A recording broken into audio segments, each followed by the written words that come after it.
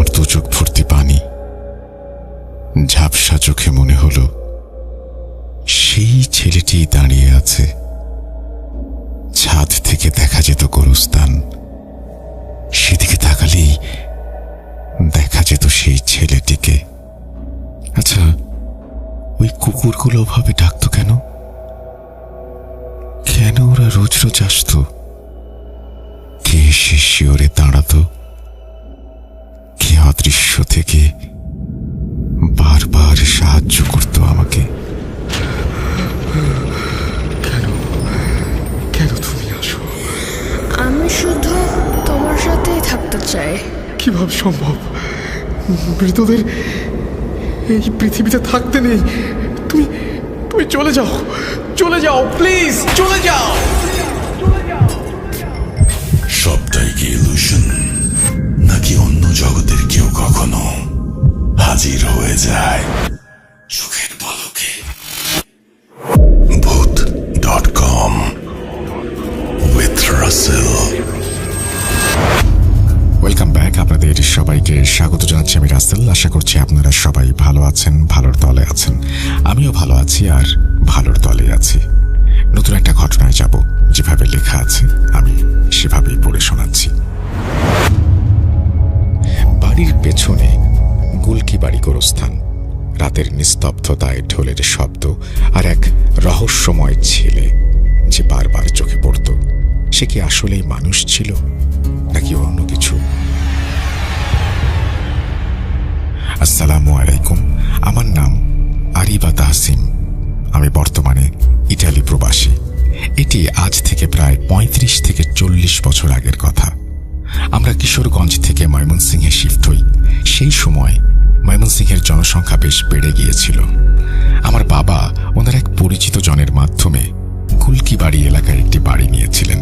এই বাড়িটি নেয়ার অন্যতম একটি কারণ ছিল যে তারা বাবার কাছ থেকে একেবারে পুরো টাকা নেননি, বরং কিস্তিতে দিতে রাজি হয়েছিলেন। বিক্রেতার জরুরি ভিত্তিতে টাকার দরকার ছিল আর বাবার দরকার ছিল একটি বাড়ি। এভাবেই চুক্তিটি পাকা হয়। বাড়ির লেনদেন এবং বাড়ি দেখার কাজটাও বাবাই করেছিলেন, কারণ মা তখন নতুন অতিথির আগমন আর ডাক্তারের পরামর্শের কারণে বাড়িতে বিশ্রাম নিচ্ছেন। এমনিতে তিনি সারাক্ষণ বিশ্রামই করতেন, কারণ খুব ছোট বয়স থেকেই বাড়ির সব কাজ আমাদের উপর চাপিয়ে দেয়া হয়েছিল। আমরা ছিলাম 5 বোন। সবার বড় আমি, তারপর আদিবা, জিয়া, ফাইজা এবং রিদা। মায়ের কেন যেন দৃঢ় বিশ্বাস ছিল যে আমাদের ভাই আসবে। এই নিয়ে তিনি অনেকবার স্বপ্নও দেখেছিলেন। বাড়ি বদলানোর আসল কারণ ছিল যৌথ পরিবারের ঝামেলা থেকে মুক্তি পাওয়া।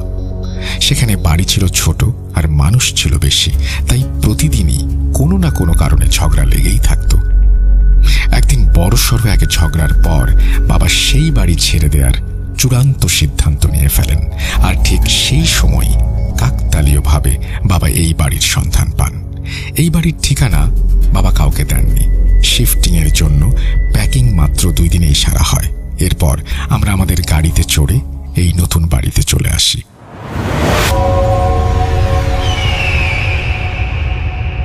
বাড়িতে ঢুকেই আমরা বোনেরা মহা খুশি। সুন্দরভাবে তৈরি এই বাড়িটা এখন শুধুই আমাদের। এখানে কেউ আমাদের চিৎকার চেঁচামেচি করার জন্য বকবে না। এখানে চাচি আর জেঠি আমাদের দিয়ে ওনাদের কাজ করাবেন না। নিচে মোট 5টা ঘর ছিল। বাড়ির নিচের তলাটা সম্পূর্ণ এবং ঠিকঠাকভাবে তৈরি ছিল, কিন্তু ওপরের তলায় তখনও কিছুটা কাজ বাকি। সেখানে বিদ্যুতের কোনো সংযোগও ছিল না, তবে বাবা তার টেনে ওপরের তলায় একটা বাল্ব লাগিয়ে দিয়েছিলেন। ছাদে যাওয়ার সিঁড়ির কোনো রেলিং তখনও লাগানো হয়নি, কোনো দরজাও ছিল না। আমরা বোনেরা ঘুরে ঘুরে পুরো বাড়িটা দেখলাম। সবাই আনন্দে লাফালাফি করছিল, কিন্তু যখন আমরা ওপরের ছাদে গিয়ে পেছনের দিকে তাকালাম, তখন আমাদের সেই আনন্দে ভাটা পড়ল। আমাদের বাড়ি থেকে গুলকি বাড়ি গোরস্থান একেবারে পরিষ্কার দেখা যাচ্ছিল। সেটা আমাদের বাড়ির ঠিক পেছনেই। গোরস্থানটা সেই সময় আজকের মতো এত ঘন বসতিপূর্ণ ছিল না। পুরনো গাছগুলো তখনও ছিল, তবে গোরস্থান তো গোরস্থানই হয়। আমি যেহেতু বড় আর একটু বুঝদার ছিলাম, তাই বোনদের নিয়ে নিচে চলে আসি। আমার একটাই চিন্তা ছিল, ওদের মনে যেন ভয় ঢুকে না যায়। এই বাড়িতে প্রথম দিনটা খুব ভালোভাবেই কাটল, কিন্তু মাঝরাতে কুকুরদের প্রচণ্ড ডাকাডাকিতে বন্ধের ঘুম ভেঙে গেল। এই আওয়াজটা বাড়ির পেছন দিক থেকে আসছিল। ঘুম নষ্ট হওয়ায় রিদা মুখ বাঁকাতে লাগলো, তাই আমি ওকে নিজের কাছে শুইয়ে নিলাম। এত শোরগোলের পরেও আমাকে ছাড়া বাকি সব বোন ঘুমিয়ে পড়ল। কুকুরগুলোর একটানা ডাক ধীরে ধীরে দূরে সরে গেল এবং এরপর আমিও ঘুমিয়ে পড়লাম। কয়েকদিন সবকিছু ঠিকঠাকই চলছিল। মায়ের বলে দেয়া উপায়ে আমরা বাড়িটা খুব সুন্দরভাবে গুছিয়ে নিয়েছিলাম। একদিন মা আমার পাশে দাঁড়িয়ে সুজির হালুয়া বানালেন এবং কয়েকটি বাড়িতে ঢেলে বাদাম দিয়ে সাজিয়ে দিলেন। মা চাচ্ছিলেন এই হালুয়াগুলো মহল্লায় পাঠাতে। আমি আর আদিবা আসরের সময় মাথায় ওড়না জড়িয়ে ট্রে হাতে গলিতে হালুয়া বিলি করতে বের হলাম। আমরা 4-5টা বাড়িতে হালুয়া দিলাম এবং নিজেদের পরিচয় করালাম। সেদিন আমরা জানতে পারলাম আমাদের পাশের দুটো বাড়ি পরিত্যক্ত। আজই আমরা প্রথমবার নিজেদের গলিটা ভালো করে ঘুরে দেখলাম। আমাদের বাড়িটাই ছিল গলির শেষ বাড়ি। আমাদের বাড়ির পর এখানে আর কিছু ছিল না। এটা ছিল একটা কানাগলি। এই কানাগলির যে দেয়ালটা ছিল সেটাও ভাঙা। সেই ভাঙা দেয়ালের ওপাশেই নিশ্চিন্তভাবেই সেই গোরস্থানটা ছিল, যা আমাদের ছাদে দাঁড়ালেই দেখা যায়। সেই দেয়ালের পাশেই কয়েকটা কুকুর বসেছিল। নিশ্চিতভাবেই এগুলো সেই কুকুর যারা রাতে আমাদের ঘুম নষ্ট করত। 2টো বাটি বেঁচে গিয়েছিল। বাড়িতে ঢোকার আগে আমি জানি না আমার কি মনে হলো, আমি মাটিতে পড়ে থাকা একটা পলিথিন তুলে নিলাম। সেটা ঝেড়ে পরিষ্কার করে তার উপর হালুয়াগুলো ছড়িয়ে রাখলাম। এই হালুয়াগুলো আমি কিছুটা দূর থেকে ওই কুকুরগুলোর সামনে রেখে এলাম। ওরা সত্যিই ক্ষুধার্ত ছিল। আদিবা আর আমি দূরে দাঁড়িয়ে ওই কুকুরগুলোকে হালুয়া খেতে দেখে খুশি মনে ফিরে এলাম। আর তারপর এটাই আমাদের দৈনন্দিন রুটিন হয়ে গেল। আমি যখন রুটি বানাতাম, যেগুলো একটু মোটা বা কাঁচা থেকে যেত কিংবা ছোটরা রুটির কিনারগুলো ফেলে দিত, আমি সেগুলো ছোট ছোট করে ছিঁড়ে কুকুরগুলোকে দিতে শুরু করলাম। ওরা আমাদের বেশ পরিচিত হয়ে গেল। আর এখন রাতে ওদের ডাকার তেমন কোনো আওয়াজও আসতো না। বাবা তাঁর কাজে চলে যেতেন, মা বিশ্রাম নিতেন, আর আমরা বোনেরা বাড়ির কাজে লেগে থাকতাম। টিভিতে বিনোদন পাওয়ার কোনো সুযোগ আমাদের ছিল না। বাবা তখনও স্কুলে ভর্তি করাননি। আমরা মেয়েরা বিকেলে ছাদে যেতে শুরু করলাম। মায়ের কড়া নির্দেশ ছিল আমরা যেন পেছনের গোরস্থানের দিকে উঁকি ঝুঁকি না দেই, কিন্তু আমরা সেখানে ঠিকই উঁকি দিতাম এবং বেশ অনেকটা সময় সেখানে দাঁড়িয়ে দেখতাম। আমাদের কাছে জায়গাটা বেশ শান্ত মনে হতো। একদিন আমরা একটু ভয় পেয়ে গেলাম। সেদিন আমরা একটা লাশ দাফন হতে দেখেছিলাম। সেদিন আমি আমার বোনদের সাথে সেখান থেকে সরে এসেছিলাম, নিচে নেমে এসেছিলাম। এরপর 2 দিন আর ছাদে যায়নি। যখন 3য় দিন গেলাম, তখন আমরা খেলায় এতটাই মগ্ন হয়েছিলাম যে সময়ের কোনো খেয়ালই ছিল না এবং বেশ দেরি হয়ে গিয়েছিল। মায়ের শরীরটা ভালো ছিল না, তিনি ঘুমাচ্ছিলেন, নইলে তিনি ঠিকই আওয়াজ দিয়ে আমাদের ডেকে নিতেন। যখন মাগরিবের আজান হলো, তখন আমরা তড়িঘড়ি করে দৌড় দিলাম। সবাই সিঁড়ি দিয়ে নেমে গেল। নামার সময় আমার চুলগুলো বারবার আমার মুখের ওপর এসে পড়ছিল। তখন আমার মনে পড়ল চুলে লাগানো ক্লিপটা আমি কার্নিশে রেখে এসেছিলাম। আমি সেই ক্লিপটা নেয়ার জন্য পেছনে ফিরে আবার ওপরে চলে গেলাম। ক্লিপটা তুলতে তুলতে আমি নিজের অজান্তেই ঘাড় উঁচু করে গোরস্থানের দিকে উঁকি দিলাম। আমি দেখলাম আমাদের বাড়ি থেকে কিছুটা দূরে একটা ছেলে দাঁড়িয়ে আছে। সে ঘাড় উঁচু করে আমাদের বাড়ির দিকেই তাকিয়েছিল। আমি খুব ভয় পেয়ে গেলাম। সেই সময় তো দূর দূরান্ত পর্যন্ত কেউ ছিল না। তাহলে এই ছেলেটা এখানে এলো কিভাবে? ক্লিপটা ওখানে ফেলে রেখে আমি দৌড়ে নিচে চলে এলাম। আমার বুক তখন ধুকপুক করছে। নিচে আসার কিছুক্ষণ পর আমি এই ব্যাপারটা ভুলে গেলাম। সেদিন বাবার ফিরতে অনেক দেরি হয়ে গেল। যিনি মাগরিবের পরেই বাড়ি ফিরে আসেন, সেদিন রাত 10টা বেজে গেল, অথচ তার কোনো খোঁজ নেই। মা সহ আমরা সবাই চিন্তিত হয়ে পড়লাম। একে তো অচেনা জায়গা, তার উপর আমাদের সাথে কোনো পুরুষ মানুষও নেই। সময় যত গড়াচ্ছিল, দুশ্চিন্তা ততই বাড়ছিল। মা বারবার আমাকে তাড়া দেন, যাও গিয়ে দেখো তো দরজায় কেউ কড়া নাড়ল কিনা। আমি প্রতিবার দরজা খুলে দেখতাম, কেউ থাকতো না।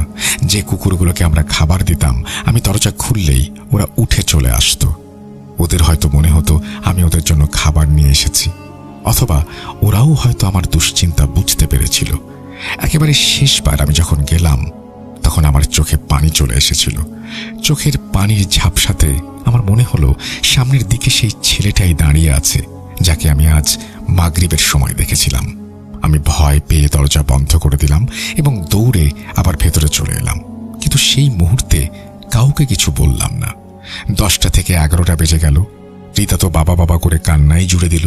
মা ওকে ভোলাতে লাগলেন। হঠাৎ আমার কানে সত্যিই দরজায় কড়া নাড়ার শব্দ এলো।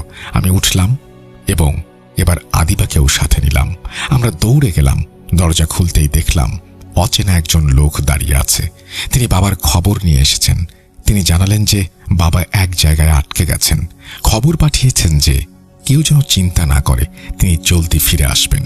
তিনি কে, আসল ঘটনা কি, এসব কিছু না জিজ্ঞেস করেই আমি খুশিতে দৌড়ে মায়ের কাছে চলে এলাম। আমরা যখন মাকে জানালাম বাবা ঠিক আছেন, তিনি জলদি আসবেন, তখন প্রথমেই তিনি খুব খুশি ও নিশ্চিন্ত হলেন। কিন্তু যখন পুরো বিস্তারিত জানতে পারলেন তখন তিনি সাথে সাথে বাইরে খোঁজ নিতে ছুটলেন। কিন্তু বাইরে তো কেউ ছিল না। মা ভয় পাচ্ছিলেন এবং বলছিলেন আমাদের উচিত ছিল তাকে সাথে সাথে ভেতরে ডাকা। যাই হোক না কেন, আমরা সবাই সাময়িকভাবে নিশ্চিন্ত হয়েছিলাম। সব বোন মায়ের পাশে শুয়ে পড়ল। ভোরে আজানের সময় আমাদের বাড়ির দরজায় কড়া নাড়ার শব্দ হলো। সবাই ঘুম থেকে জেগে উঠলাম। যে এসেছিল সে খুব অধৈর্য হয়ে দরজায় কড়া নাড়ছিল। দরজা খুলতেই খুশির বন্যা বয়ে গেল। বাবা ফিরে এসেছেন, কিন্তু তিনি একটু খুঁড়িয়ে খুঁড়িয়ে হাঁটছেন। হয়তো আহত হয়েছিলেন। তিনি আমাদের জন্য খুব চিন্তিত ছিলেন এবং আমরাও তার জন্য। আসলে বাবার অ্যাক্সিডেন্ট হয়েছিল। ওনার বাইকটা উল্টে গিয়েছিল এবং তিনি ঝোপের মধ্যে পড়ে গিয়েছিলেন। তখন মাগরিবের আজানের সময় ছিল। তিনি জ্ঞান হারিয়ে ফেলেছিলেন। যখন জ্ঞান ফিরল তখনও তিনি সেখানেই অন্ধকারে পড়েছিলেন আর দোয়া করছিলেন যেন আল্লাহ পাক তাকে সহি সালামতে আমাদের কাছে পৌঁছে দেন। তার দোয়া কবুল হয়ে গেল। কোথা থেকে যেন দুজন লোক এলো এবং বাবাকে হাসপাতালে নিয়ে গেল। তার ক্ষতস্থানে ব্যান্ডেজ করানো হলো এবং তারা তাকে বাড়ি পৌঁছে দিয়ে গেল। আমরা যখন বাবাকে জানালাম যে আমরা খবর পেয়েছিলাম, তিনি খুব অবাক হলেন। তিনি তো কাউকে পাঠাননি এবং যারা তাকে হাসপাতালে নিয়ে গিয়েছিল তিনি তাদেরও চিনতেন না। যাই হোক, আমাদের পরিবার এই বিপদ থেকে রক্ষা পেল। সকালে একজন বন্ধুকে ডেকে বাবা সেখান থেকে গাড়িটি তুলে গ্যারেজে পাঠিয়ে দিলেন। যারা গাড়িটি তুলতে গিয়েছিল তারা বলছিল গাড়িটা কেউ সোজা করে রাস্তার পাশে লাগিয়ে রেখেছে। এই ঘটনাটি বাবাকে ভাবাতে বাধ্য করল যে তিনি ছাড়া আমাদের খেয়াল রাখার মতো আর কেউ নেই। তিনি খুব চিন্তায় পড়ে গেলেন। সবার আগে তিনি দৌড়াদৌড়ি করে বাড়িতে একটি টেলিফোনের সংযোগ নিলেন। সেই টেলিফোন যেটায় আঙুল ঢুকিয়ে ডায়াল করে তারপরে কারোর সাথে কথা বলতে হয়। এটাও আমাদের জন্য খুব ভালো একটা পরিবর্তন ছিল। এখন বাড়িতে ফোন আছে। তখন তো হাসপাতালের সব কাজ মাথার ওপর পড়েছিল। বাবা সিদ্ধান্ত নিয়ে ফেলেছিলেন তিনি হাসপাতালে গেলে মেয়েদেরও সাথে করে নিয়ে যাবেন। নানা বাড়ির দিক থেকে আমাদের শুধু একজন খালা ছিলেন, কিন্তু তিনি ত্রিশাল থাকতেন। আমরাও অনেক দিন ধরে তাকে দেখিনি। মা তাকে ফোন করেছিলেন এবং তিনি আসার প্রতিশ্রুতিও দিয়েছিলেন। এটাও আমাদের জন্য খুব একটা ভালো সংবাদ ছিল, কারণ আমাদের দাদাবাড়ির লোকজন এতটাই ঝগড়াটে ছিল যে বাবা নিজেই তাদের কাছ থেকে মুক্তি নিয়েছিলেন। তবে যাই হোক, এই ভরা সংসারে বিপদের দিনে অন্তত এই সান্ত্বনাটুকু ছিল যে আমরা একা নই। সমস্যার সমাধান খুঁজে নেওয়া হয়েছিল। খালা যদি নাও আসতেন তবুও বাবা আমাদের সাথে করে নিয়ে যেতেন। এই সময়ের মধ্যে গোরস্থানের সেই ছেলেটাকে আমি আর দেখতে পাইনি, আর আমার ওর কথা মনেও ছিল না। আমরা আগের মতো ছাদেও যেতে পারতাম না। আমাদের বইপত্র চলে এসেছিল আর বাবার কড়া নির্দেশ ছিল স্কুলে ভর্তির সুবিধার জন্য আমাদের প্রতিদিন অবশ্যই পড়ালেখা করতে হবে। এখন প্রায়ই এমন হতে লাগলো যে রাতে আমার ঘুম ভেঙে যেত। মনে হতো কেউ এইমাত্র ঘর থেকে বেরিয়ে গেল। কখনো মনে হতো কেউ যেন আমার শিয়রে দাঁড়িয়ে আছে। এক রাতে হঠাৎ ঘুম ভেঙে গেল। পুরো বাড়ি একেবারে নিস্তব্ধ, কিন্তু সেই নিস্তব্ধতার মাঝে একটা হালকা আওয়াজ প্রতিধ্বনিত হচ্ছিল। ঢম ঢম ঢম। মনে হচ্ছিল কেউ যেন অনেক দূর থেকে ঢোল বাজাচ্ছে। প্রথমে আমি নিজেকে বোঝালাম যে এটা হয়তো আমার মনের ভুল, কিন্তু তারপর আওয়াজটা আরো স্পষ্ট হতে লাগলো। আমি আস্তে করে উঠে দরজার কাছে আসতেই আদিবা উঠে পড়ল। সেই আওয়াজ সেও শুনতে পাচ্ছিল। আমরা দুজনেই আন্দাজ করে ফেললাম যে এই আওয়াজটা পেছন থেকে আসছে, অর্থাৎ গোরস্থান থেকে। আমাদের মনে কৌতূহল জেগে উঠল। আমি একা হলে হয়তো সাহস করতাম না, কিন্তু আদিবাও যখন বলল চলো গিয়ে দেখি, তখন আমরা দুজনেই পা টিপে টিপে ছাদে চলে এলাম। বাকি সবাই তখন গভীর ঘুমে আচ্ছন্ন। এটাও একটা স্বস্তির বিষয় ছিল যে ওপরতলার বাল্বটা জ্বলছিল, যে কারণে একেবারে ঘুটঘুটে অন্ধকারও ছিল না। আমরা দুজন ওপরে পৌঁছাতেই ছাদে পা রাখা মাত্র একটা শীতল অনুভূতি হলো, যেটা বেশ ভালো লাগছিল। এখানে ঢোলের আওয়াজ একদম স্পষ্ট, আমাদের আন্দাজ একেবারে সঠিক। আওয়াজটা গোরস্থানের দিক থেকেই আসছে। আমরা দুজনেই দেয়ালের কাছে গিয়ে সেখানে উঁকি দিলাম। আমরা দেখলাম গোরস্থানের বেশ সামনের দিকে ছোট ছোট মিটিমিটি আলো দেখা যাচ্ছে। ঢোলের আওয়াজটাও সেখান থেকেই আসছে। সেই আলো ছাড়া আমরা আর কিছুই দেখতে পাইনি। আলোগুলো দুলছিল, মনে হচ্ছিল কোনো যেন কাফেলা যাচ্ছে। এটা বোঝা যাচ্ছিল না যে সেটা কি। আমরা সব দেখছিলাম, এমন সময় আমার চোখে পড়ল আমাদের বাড়ির কাছে দাঁড়িয়ে থাকা সেই ছেলেটা। সে মাথা উঁচু করে ওপরের দিকে তাকিয়েছিল। আমার মাথাটা একেবারে অসাড় হয়ে গেল। ঠিক সেই মুহূর্তে একটা কুকুর জানি না কোথা থেকে বেরিয়ে এলো এবং উপরের দিকে মুখ করে ডাকতে শুরু করলো। তাকে দেখে অন্য কুকুরগুলোও একই কাজ করতে লাগলো। আদিবা বলতে লাগলো, দেখো এদের কাণ্ড, এদের তো আমরা রোজ খাবার দেই, আর এরা আমাদের দিকেই ডাকছে। সে একটা পাথর তুলে ওদের দিকে ছুঁড়ে মারল। তারা ছত্রভঙ্গ হওয়ার বদলে আরো বেশি শোরগোল করতে শুরু করলো। আমি একেবারে শূন্য মাথায় শুধু সেই দিকটায় তাকিয়েছিলাম যেখানে ছেলেটা দাঁড়িয়ে। ওই ঢোল, ওই কুকুরগুলোর ডাকাডাকি, আমার সব শোনা বন্ধ হয়ে গিয়েছিল। হঠাৎ বাবার গলার আওয়াজে আমরা দুজনেই চমকে উঠলাম। আরিবা, আদিবা, নিচে এসো। আমরা দুজনেই ভয় পেয়ে নিচে দৌড় দিলাম।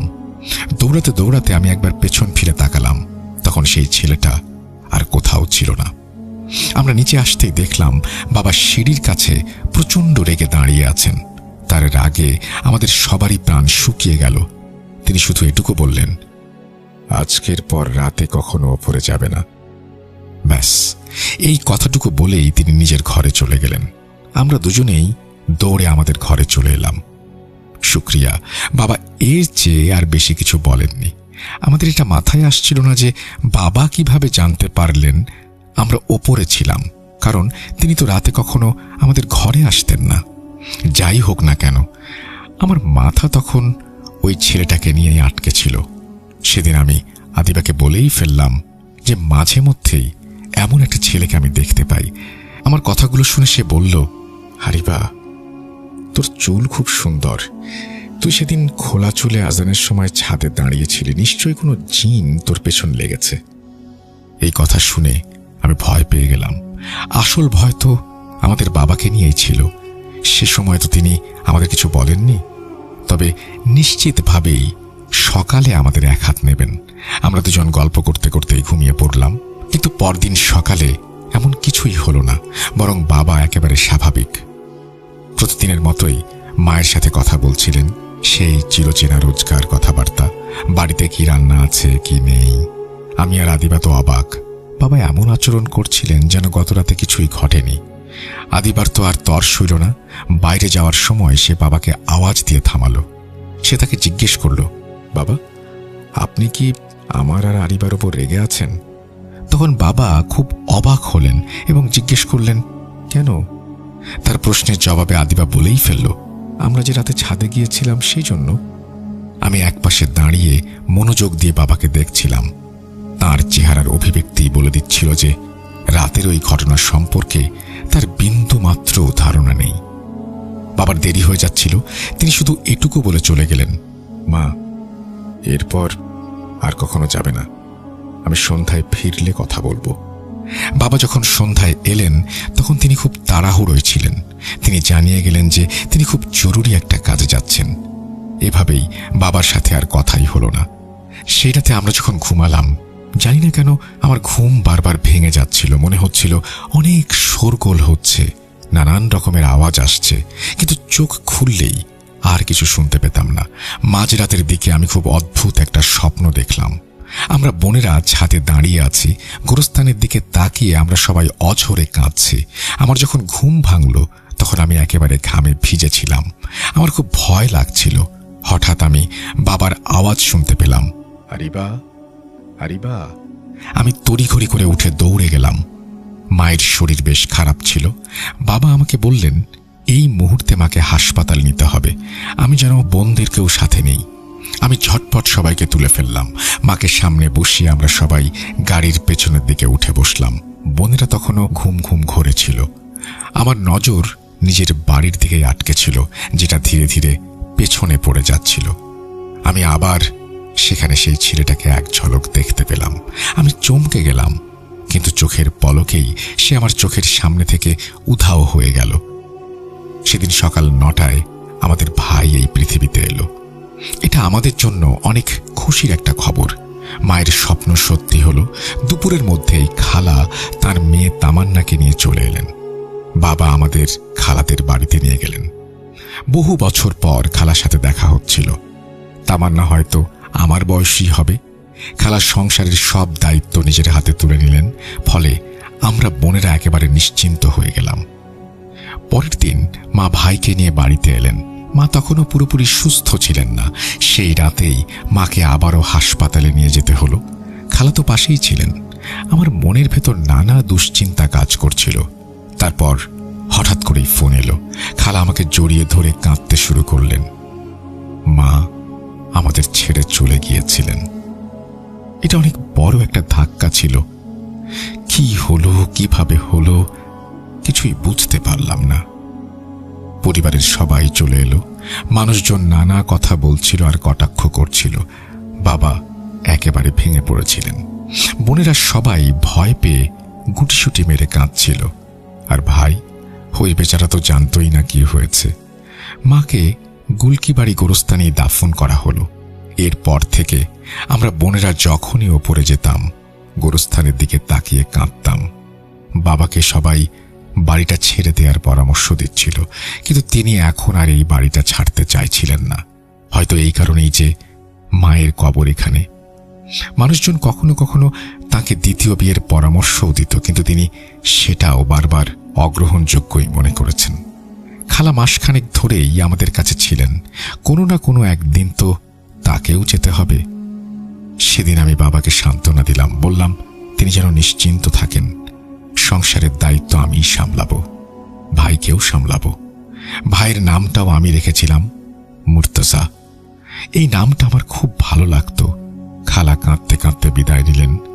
বাবা আমার মাথায় হাত রেখে আমাকে অনেক দোয়া করলেন।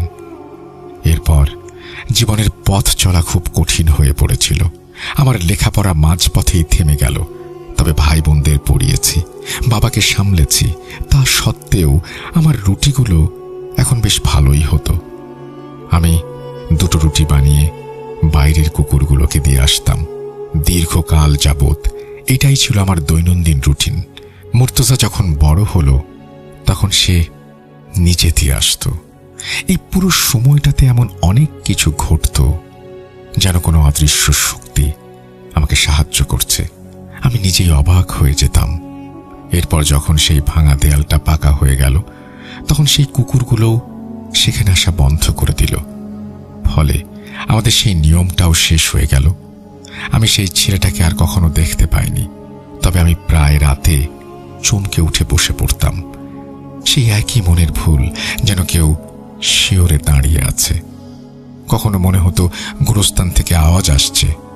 তবে গোরস্থান থেকে যত আওয়াজই আসুক না কেন, আমরা সেখানে উঁকি দেয়া একেবারেই ছেড়ে দিয়েছিলাম। ধীরে ধীরে সেই ভয়, সেই অনুভূতি কোথায় যেন হারিয়ে গেল।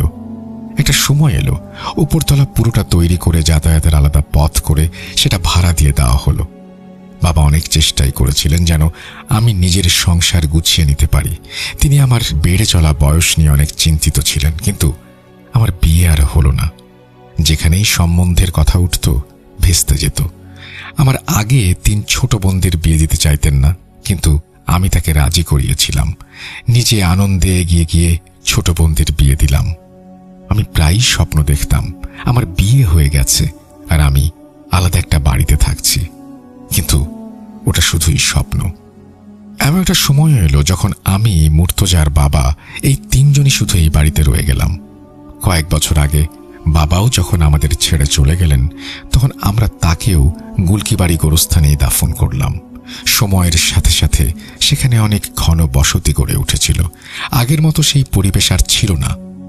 শেষমেশ মুর্তজা ওই বাড়িটা বিক্রি করে দিয়ে সবাই যার যার ভাগ বুঝে নিল, আর আমাকে সাথে নিয়ে ইটালি চলে এলো। ইটালি যাওয়াটা ওর স্বপ্ন ছিল, সেটা পূরণ হলো। আর ইটালি এসে আমার স্বপ্নটাও পূরণ হলো। হ্যাঁ, এখানে এসে মুর্তজা আমার বিয়ে দিল জিহান আহমেদের সাথে। তিনি ছিলেন ওর বস। স্ত্রীর মৃত্যুর পর তিনি একাকী জীবনযাপন করছিলেন। আমার স্বপ্ন পূরণও হলো। কখন, কোথায়, এগুলো হয়তো বাবার দোয়াই ছিল। আমি বাড়ি ছাড়ার আগে এলাকার মসজিদের হুজুরের সাথে কথা বলেছিলাম এই বিষয়ে। উনি বলেছিলেন আমার ওপর নাকি এক জিন আশেক হয়েছিল, আর ওই ছেলেটাই নাকি ছিল সেই জিন। কিন্তু কোনো এক কারণে সে আমার কাছে আসতে পারত না। আমার বাবা ডাক্তার ছিলেন, হয়তো অনেকের দোয়াতে ওনার সাথে ভালো কোনো মাখলুক ছিল, যার খবর ওনার নিজেরও হয়তো জানা ছিল না। এই ছিল ঘটনা। আসসালামু আলাইকুম। এই বলেই সাবিত আলম আমাদের ঘটনাটি শেষ করেছেন। আশা করছি এই ঘটনাটি আপনাদের ভালো লেগেছে। যদি ভালো লাগে অবশ্যই জানাবেন। আমরা চলে যাব আমাদের পরবর্তী ঘটনায়।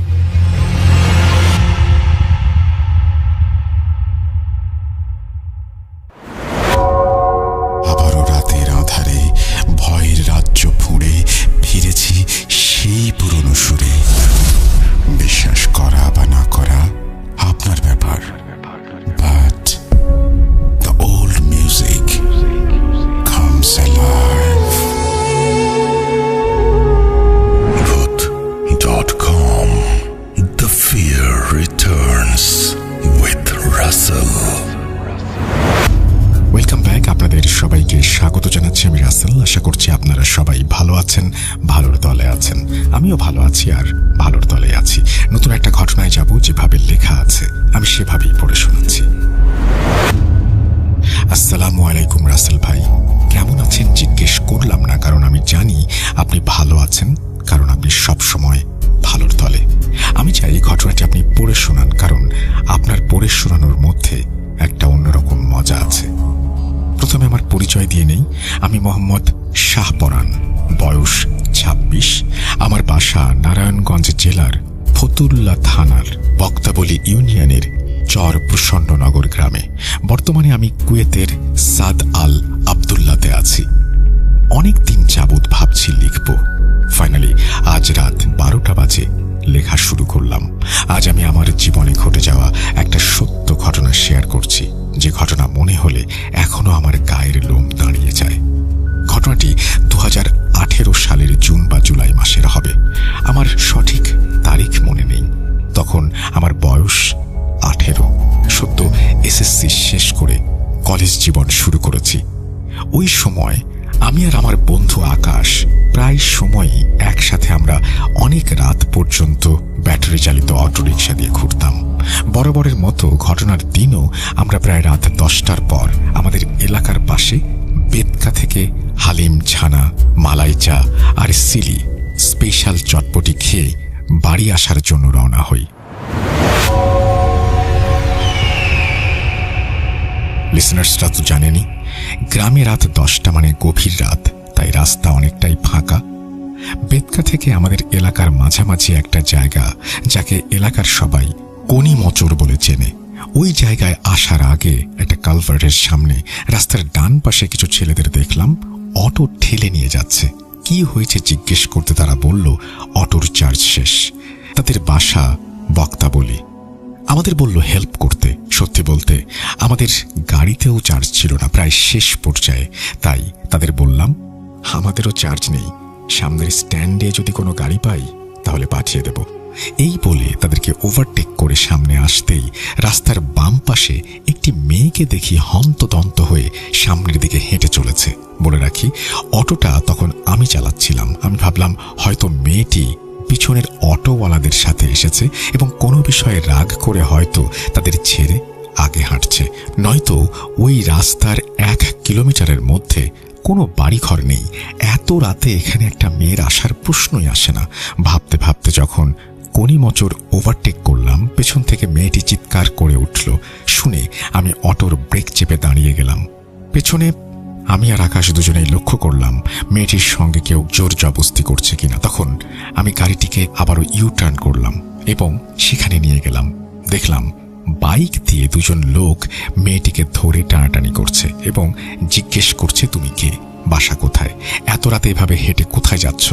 ততক্ষণে পেছনের সেই চার্জ শেষ হওয়া অটো এসে পড়েছে। তাদের সাথে কথা বলে বুঝতে পারলাম মেয়েটিকে তারাও চেনে না। এখানে বাইকের ভাই দুটাকে আমি চিনি না, তাদের নাম বাসা কোথায় জানি না, এবং এই ঘটনার পরে আজ পর্যন্ত ওনাদের আর দেখিওনি।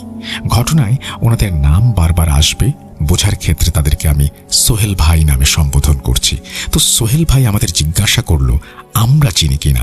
আমরা যেহেতু এই এলাকার এবং এখানেই পড়াশোনা করেছি, বড় হয়েছি, তাই এলাকার সবাইকে চিনি, কিন্তু এই মেয়েটির চেহারা দেখে মনে হয়নি আমাদের আশেপাশের কোনো এলাকার। বলে রাখা ভালো, মেয়েটি 16 কি 18 বছর বয়সের। বাইকার ভাইরা বলল আমরা এই মেয়েটিকে বেতকা ব্রিজ থেকে খেয়াল করছি, এভাবে হেঁটে আসছে, কোনো কথা বলছে না। বেতকা থেকে এখানকার দূরত্ব প্রায় 3 কিলোমিটার।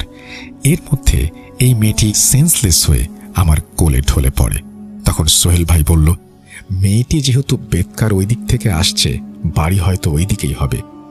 মেয়েটিকে আমাদের অটোতে উঠিয়ে পেছনে আমরা বসলাম। আমি আর আকাশ অটোতে, সোহেল ভাই বাইক নিয়ে আগে আগে রওনা হলো। এরই মধ্যে মেয়েটি চোখ বন্ধ করে দাঁতে দাঁত চেপে অদ্ভুত একটা আওয়াজ করতে শুরু করেছে। প্রথমে আমি আমলে না নিলেও আকাশ যখন শুনতে পেল ভয়ে গাড়ি থামিয়ে দিল। গাড়ি থেমে যাওয়াতে সোহেল ভাই আবারও পেছনে আসেন। তিনি আসতে আসতে মেয়েটি নর্মাল, একদম চুপচাপ, চোখ বন্ধ।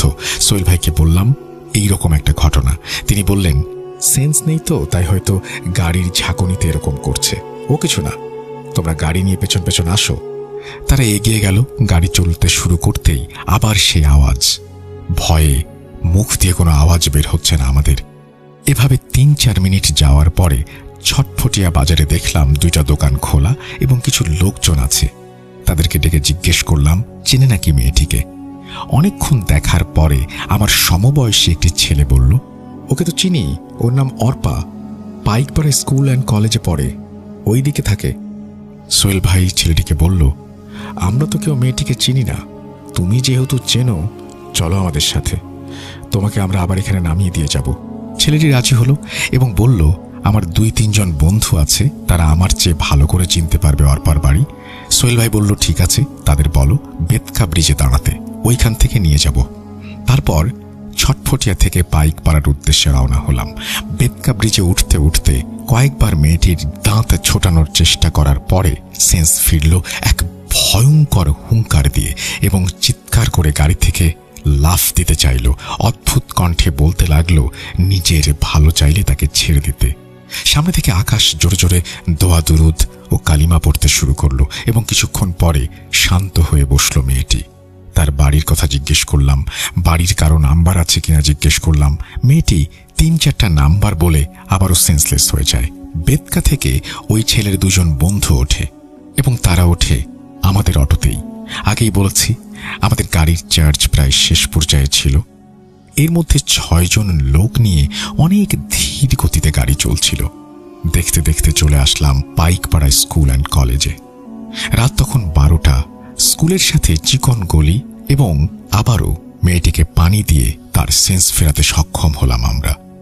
এবার উদ্ভট কণ্ঠে আক্ষেপ করে আমার গলা চেপে বলল, তুই তো শেষ।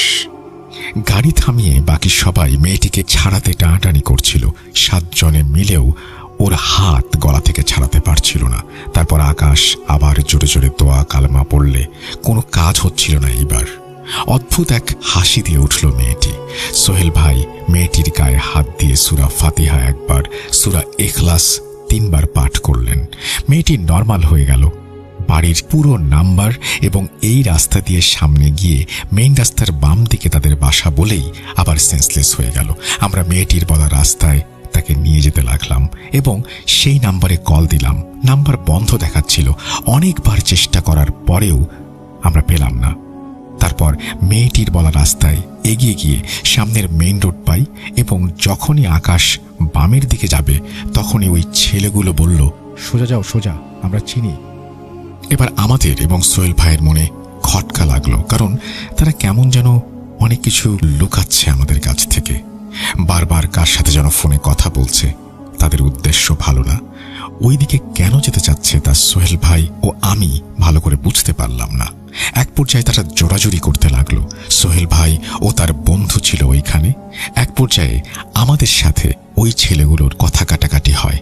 যেখানে এই কথা কাটাকাটি হচ্ছিল ওই জায়গায় একটা দোকান ছিল। দোকানের ভেতরে লোকও ছিল। আওয়াজ শুনে বেরিয়ে আসে, এসে মেয়েটিকে দেখেই চিনে ফেলল এবং বলল, বাম দিকে সামনে গিয়ে ডান দিকে চিকন মাটির রাস্তার একটু সামনে ওদের বাসা। এর মধ্যে মেয়েটির সেন্স আবারও আসলো, এবার একদম নর্মাল, এবং মেয়েটি আমার মোবাইল নিয়ে আরেকটি নাম্বারে ডায়াল করে তার মায়ের সঙ্গে কথা বলল। আমরা মেয়েটির বাড়ির সামনে পর্যন্ত গেলাম। তার বাবা মা আসলো। সোহেল ভাই তাদের সবকিছু খুলে বললেন এবং আমার গলার লাল দাগ ও নখ দিয়ে কাটা ছেঁড়া দেখালেন। মেয়ের মা কান্না করতে করতে বললেন, তোমরা আমার বাবার কাজ করেছ, তোমাদের কাছে আজীবন ঋণী থাকবো, কিন্তু বাবা তোমাদের বাড়িতে নিয়ে যেতে পারবো না। বোঝই তো, গ্রামের মানুষ। এত রাতে মেয়েটি ঘর থেকে বের হয়ে গেছে, তার মধ্যে গভীর রাতে এতগুলো ছেলে বাসায় দিয়ে গেছে শুনলে মানুষ বাজে মন্তব্য করবে। গরিবের তো মান ইজ্জতি সব। আমরাও তাদেরকে বললাম, এগুলো কোনো বিষয় না, মেয়েটির খেয়াল রাখবেন, বেঁচে থাকলে আবার দেখা হবে। এই বলে তাদের কাছ থেকে বিদায় নিয়ে চলে আসলাম। কি ভাবছেন, ঘটনা শেষ? না, ঘটনা শেষ নয়, মূল ঘটনা ঘটে এখান থেকেই। এই ঘটনাটি অনেক বড় হয়ে যাবে, তাই অর্পার সাথে কি ঘটেছে, কিভাবে ঘটেছে তা পরের পার্টে বলবো। কথা দিচ্ছি, এই পার্ট যদি সিলেক্টেড হয় তাহলে দ্বিতীয় পার্ট পাঠিয়ে দেবো ইনশাল্লাহ। বাড়তি কথা না বাড়িয়ে মূল ঘটনায় যাচ্ছি। আমার সাথে কি ঘটেছে তাই বলছি। তাদের বিদায় জানিয়ে আসার পরে রাস্তায় আমার আর তেমন কোনো সমস্যা হয় না, আর সেই কারণেই আমি আকাশকে বিদায় জানিয়ে বাসায় যাবার সিদ্ধান্ত নিলাম। আকাশ বলল তার সাথে থেকে যেতে। আমি বললাম, অনেক রাত হয়ে গেছে। রাত তখন 1টার উপরে বাজে। বাসায় না ফিরলে মা বাবা অনেক বকাঝকা করবে, তাই আকাশকে বিদায় জানিয়ে আমি আমার বাড়ির পথে রওনা হলাম। বলে রাখা ভালো, আমার বাড়ি হচ্ছে গ্রাম থেকে বিচ্ছিন্ন প্রত্যন্ত ফসলের মাঠের মাঝে। আমাদের চরাঞ্চলে গ্রাম্য ভাষায় যাকে চকের মাঝে বলে আর কি। আকাশদের বাড়ি থেকে আমার বাড়ির দূরত্ব ছিল পায়ে হেঁটে 10 মিনিটের। আকাশদের বাড়ির পরে 2টি বাড়ি পেরিয়ে ফসলের মাঠ দিয়ে আঁকাবাঁকা পথ। আমি সব সময় মেহেদিদের বাড়ির ওপর দিয়ে যাওয়া আসা করি। যারা আমাকে চেনেন তারা হয়তো রাস্তাটা চিনবেন। আমি চক দিয়ে রওনা হলাম। জ্যোৎস্না রাত, চাঁদের আলোয় দিনের মতোই পরিষ্কার সবকিছু। আমি যখন চকের মাঝে 3 রাস্তার কাছাকাছি আসলাম তখনই শুনতে পেলাম পেছন থেকে আকাশ ডাকছে। আকাশ মেহেদিদের বাসার সামনে, আর আমি 3 রাস্তার মোড়ের কাছাকাছি। এই 3 রাস্তার মোড়ের একটু বিবরণ দেই। চকের মধ্যবর্তী একটি 3 রাস্তার মোড় এটি। একটি রাস্তা সোজা আমাদের বাড়ির দিকে চলে গেছে, একটি হিন্দুদের মন্দিরের দিকে গেছে, আর অন্যটি চকের আরেক পাশে কিছু হিন্দু সম্প্রদায়ের মানুষজন থাকে তাদের বাড়ির দিকে। এই 3 রাস্তার মোড়ে মানুষ প্রায় সময়ে জাদুটোনার ভোগের সামগ্রী দেখতে পেত। অনেক সময় টোটকা কলা পাতায় সিঁদুর দিয়ে আঁকা অনেক জিনিসপত্র দেখা যেত এই 3 রাস্তার মোড়ে। ঘটনায় ফেরা যাক। আমি আকাশের ডাকে সাড়া দিলাম। ভাবলাম হয়তো আকাশের কোনো কিছুর দরকার। আমি আমার পকেট চেক করলাম। আকাশ বলল, ফোন দিচ্ছি, ফোন ধর। আমি বললাম, আচ্ছা দে। তখন আমি মোবাইল হাতে নিয়ে প্রায় 15 মিনিটের মতো অপেক্ষা করলাম, কিন্তু কোনো ফোন এলো না। তখনও আমি ওই জায়গায় দাঁড়িয়েছিলাম। তখনই আকাশকে আমি ফোন দেই। আমি বলি, কিরে, ডাকছিস কি জন্য? তখন আকাশ অবাক হয়ে বলে, আমি তোকে কখন ডাকলাম? আমি তো বাসায় পৌঁছে গেছি। তখন আমি স্তব্ধ হয়ে যাই। তাহলে কে ছিল ওইটা? এমনিতে রাত 10টার পরেই সবসময় বাসায় আসি, তাই কোনো ভয় আমার ভেতরে ছিল না। আমার পুরোটা শরীর তখন কাঁপতে শুরু করলো। আমি আয়াতুল কুরসি পড়তে পড়তে সামনে এগোতে থাকি। আমার পুরো শরীরের শির দ্বারা দিয়ে ঠান্ডা হিমস্রোত বয়ে যায়। সাহস করে যেই না 3 রাস্তার মোড় অতিক্রম করতে যাব, সামনে তাকাতেই এক বিশাল দেহী কুঁচকুঁচে কালো ছায়া দেখতে পাই। তার দিকে আমার চোখ পড়তেই ছায়াটি হেসে ওঠে। আমি খেয়াল করলাম ছায়াটি কথা বলছে এবং বলার পর পেছন থেকে আরো 4টি হুবহু অবয়ব বেরিয়ে এলো। আমার থেকে তাদের দূরত্ব 100 মিটারের মতো। তারা আমার দিকে এগোনোর চেষ্টা করছে, কিন্তু কেন জানি পারছে না। এরই মধ্যে ফোন বেজে উঠল। আকাশের কল। আকাশ বলল, কিরে, কি হয়েছে, তুই ঠিক আছিস? আমার মুখ দিয়ে কোনো আওয়াজ বের হচ্ছে না।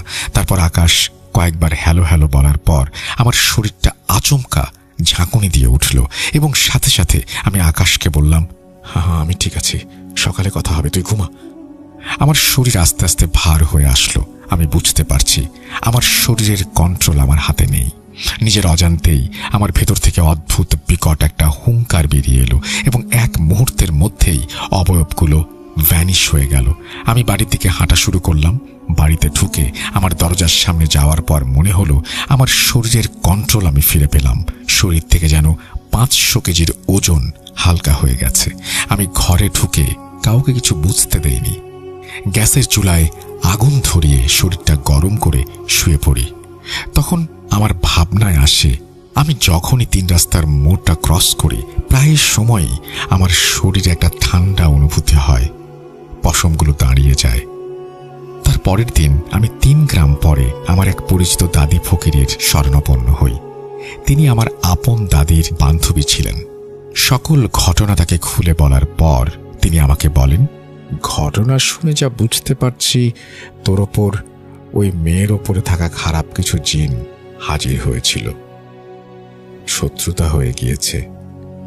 বাকিটা বিস্তারিত রাতে আসন বসিয়ে জিনদের দিয়ে জানার চেষ্টা করব।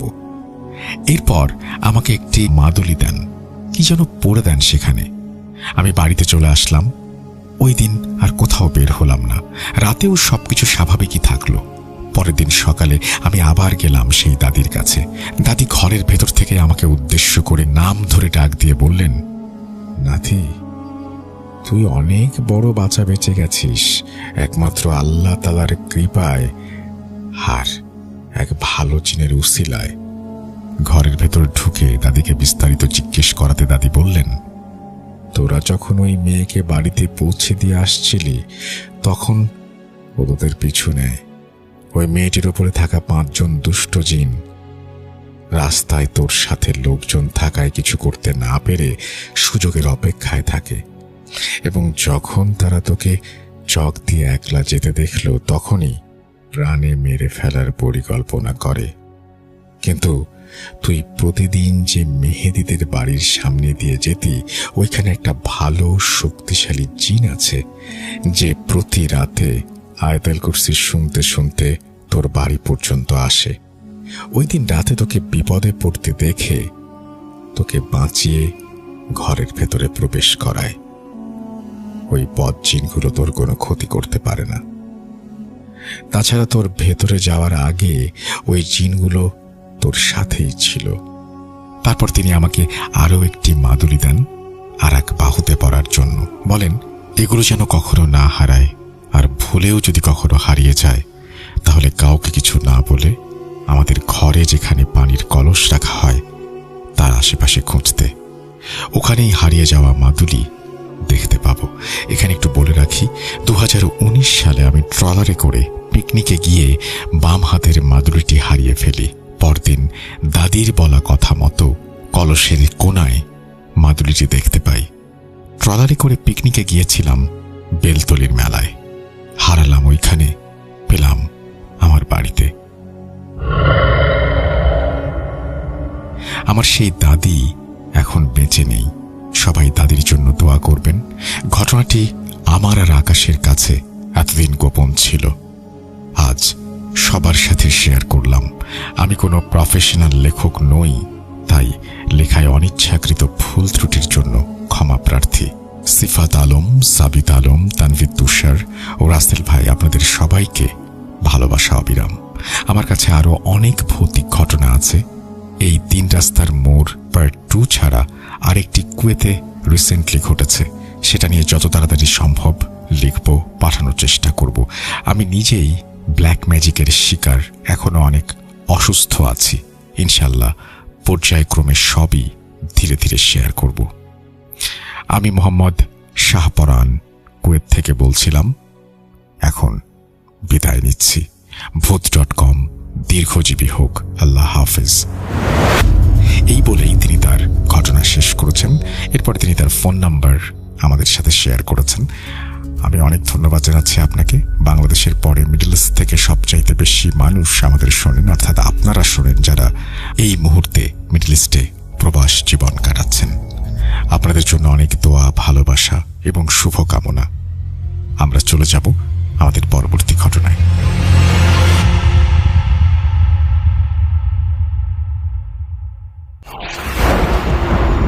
লুকোচুরি খেলবে? লুকোচুরি? You will never be alone.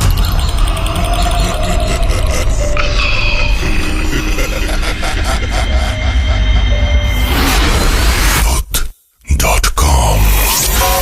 The fear returns with Russell. Welcome back. আপনাদের সবাইকে স্বাগত জানাচ্ছি আমি রাসেল। আশা করছি আপনারা সবাই ভালো আছেন, ভালোর তলায় আছেন। আমিও ভালো আছি, ভালোর তলায় আছি। নতুন একটা ঘটনায় যাব এবং আশা করছি এই ঘটনাটি আপনাদের ভালো লাগবে। ঘটনাটি এসেছে মিডল ইস্ট থেকে। মিডল ইস্টের যে কোনো ঘটনা আমি আসলে চেষ্টা করি পড়ে ফেলতে, এবং ঘটনাগুলো খুব অন্যরকম হয়। ঘটনায় যাই, যেভাবে লেখা আছে আমি সেভাবেই পড়ে শোনাচ্ছি। আসসালামু আলাইকুম রাসেল ভাই ও লিসেনার্স। আমিও ভালো থাকার দলে। আমি মোহাম্মদ ইসমাইল হোসেন ইমি, সৌদি আরব প্রবাসী। ইতোমধ্যে আমি আমার মর্গের ফাঁসি দেওয়ার লাশের ঘটনাটি শেয়ার করেছি। আজকে আমি আমার বোনের সাথে মাদ্রাসায় হাফেজা জিনের ঘটনা শেয়ার করব। ঘটনার স্থান ঢাকার দক্ষিণ শ্যামপুর, জুরাইন, খন্দকার রোড ও যাত্রাবাড়ির ছনটেক মহিলা মাদ্রাসা। এই ঘটনাটি 2012 সালের। আমার বোনের নাম, এরপরে তিনি তার বোনের নাম লিখেছেন এবং বলেছেন পর্দা করে তাই নাম প্রকাশ করতে চাই না। দয়া করে আপনার ইচ্ছে মতো নাম ব্যবহার করতে পারেন। আমাদের পরিবারের সদস্য 5 জন, আলহামদুলিল্লাহ। বাবা, মা, আমরা 3 ভাই বোন। বড় বোন আমি ইসমাইল হোসেন ইমি, আমার ছোট ভাই ইরান হোসেন। আমার বাবার তখন কনফেকশনারি স্টোর ছিল আমাদের জুরাইন খন্দকার রোডের এলাকায়। আমার আম্মু গৃহিণী, বাসায় থাকেন। ছোট ভাই ইরান হোসেনও বাসায় থাকে। আম্মু বাসায় থাকে কারণ আমার ছোট ভাই ইরানকে দেখাশোনা করতে হয়। আমি একজন ক্রিকেটার। 2019 সালে কোভিড-19 আগে আমি প্রফেশনাল ক্রিকেট খেলতাম দেশ ও দেশের বাইরে। 2019 সালের পর কোভিড-19 সময় সবকিছু অফ হয়ে যায়। আমি ক্রিকেট ছেড়ে দিই। বাংলাদেশের একটি স্বনামধন্য সরকারি মেডিকেল কলেজের ল্যাব অ্যাসিস্ট্যান্ট হিসেবে আমি 2020 সালে যোগদান করি। আমার বোন মাদ্রাসায় পড়তেন, যাত্রাবাড়ির ছনটেক মহিলা মাদ্রাসা।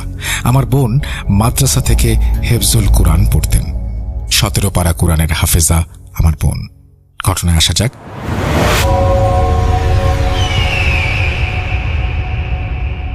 2012 সাল বৈশাখ মাসে বৃষ্টি হচ্ছে তখন। তেমনি কোনো একদিনে মাগরিবের পরে মাদ্রাসা থেকে কল আসে, আমার বোন অসুস্থ, ওকে বাসায় নিয়ে আসতে হবে। কি হয়েছে সেটা কিন্তু বলেনি। ওই সময় আমার ছোট চাচা আলী আকবর ও আমার দাদি আমাদের বাসায় বেড়াতে এসেছিলেন। তারা এসেছিলেন গ্রাম থেকে, তাই আমার বোন অসুস্থ শুনে চাচা আর দাদি মাদ্রাসায় যায় দেখতে।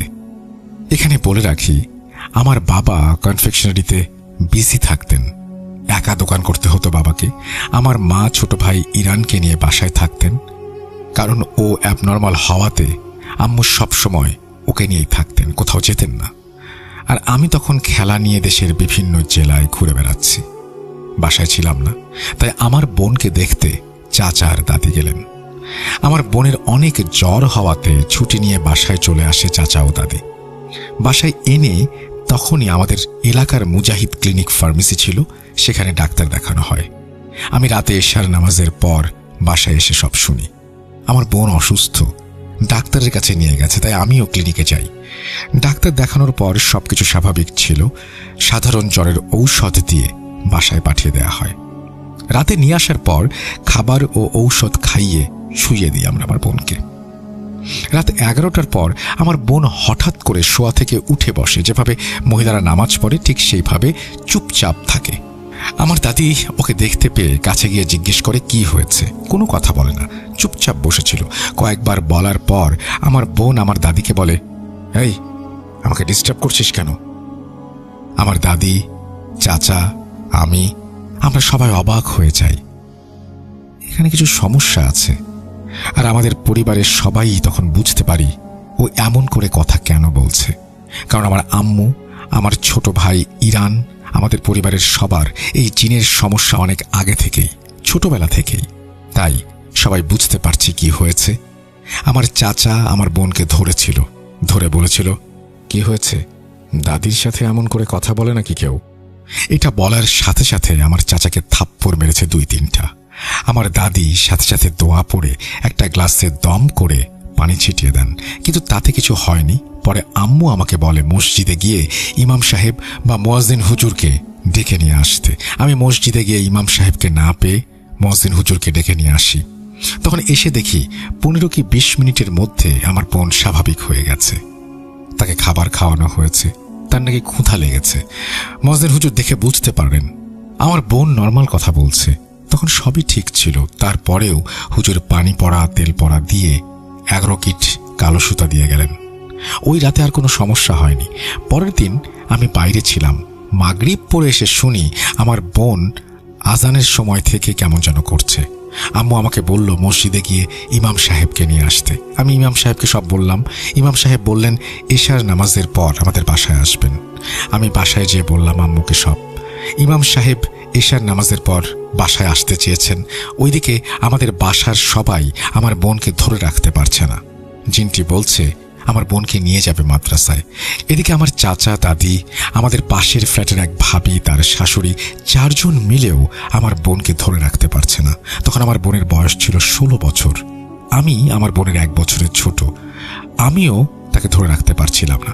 অনেক কষ্ট করে আমরা সবাই মিলে কোনো রকমে তাকে আটকে রাখি। নামাজের পর হুজুর আমাদের বাসায় আসেন। ততক্ষণে আমার বোন অনেকটা শান্ত হয়ে গিয়েছিল, বিছানায় বসা ছিল। হুজুরকে দেখে সালাম দিলেন আমার বোন। তারপর বললেন আমাকে মাদ্রাসায় দিয়ে আসতে বলেন, এখানে আমার কোনো কিছুই করতে পারছি না। হুজুর সবকিছু শুনে বললেন, তুমি কে, কেন ওকে কষ্ট দিচ্ছ? তখন সে বলল, আমি জান্নাতুল তাজরিয়া, আমি ওর সাথে হেফজ পড়ি, আমার ওকে ভালো লাগে, সবসময় ওর সাথে থাকি। হুজুর পরে অনেক কথা বলেন। এটাও বলেন কতদিন ধরে সে আমার বোনের সাথে আছে। উত্তরে সে বলে 3 বছর। আমার বোন ওই মাদ্রাসায় 2006 থেকে পড়াশোনা করে। হুজুর বলেন তুমি ওকে ছেড়ে দাও, পড়াশোনা করতে সমস্যা হয়, তোমার জন্য ওর পড়াশোনার ক্ষতি হচ্ছে। তুমি যদি ওর কাছে আসো তাহলে ওর কষ্ট হয়। তুমি ওর সাথে পড়াশোনা করো, তোমার যদি ওকে ভালো লাগে তাহলে দূর থেকে ওর সাথে থাকো, কাছে এসো না। হুজুর অনেকভাবে বোঝানোর চেষ্টা করে, কিন্তু কিছুতেই সে বুঝতে চায় না। আমার বোনের ভেতরে থাকা জান্নাতুল তাজরিয়া পরে ওই দিন রাতেই অনেক বোঝানোর পর চলে যেতে রাজি হয়। পরে ইমাম সাহেব আমাদের বললেন আমার বোনকে একটা জায়গায় নিয়ে যেতে হবে।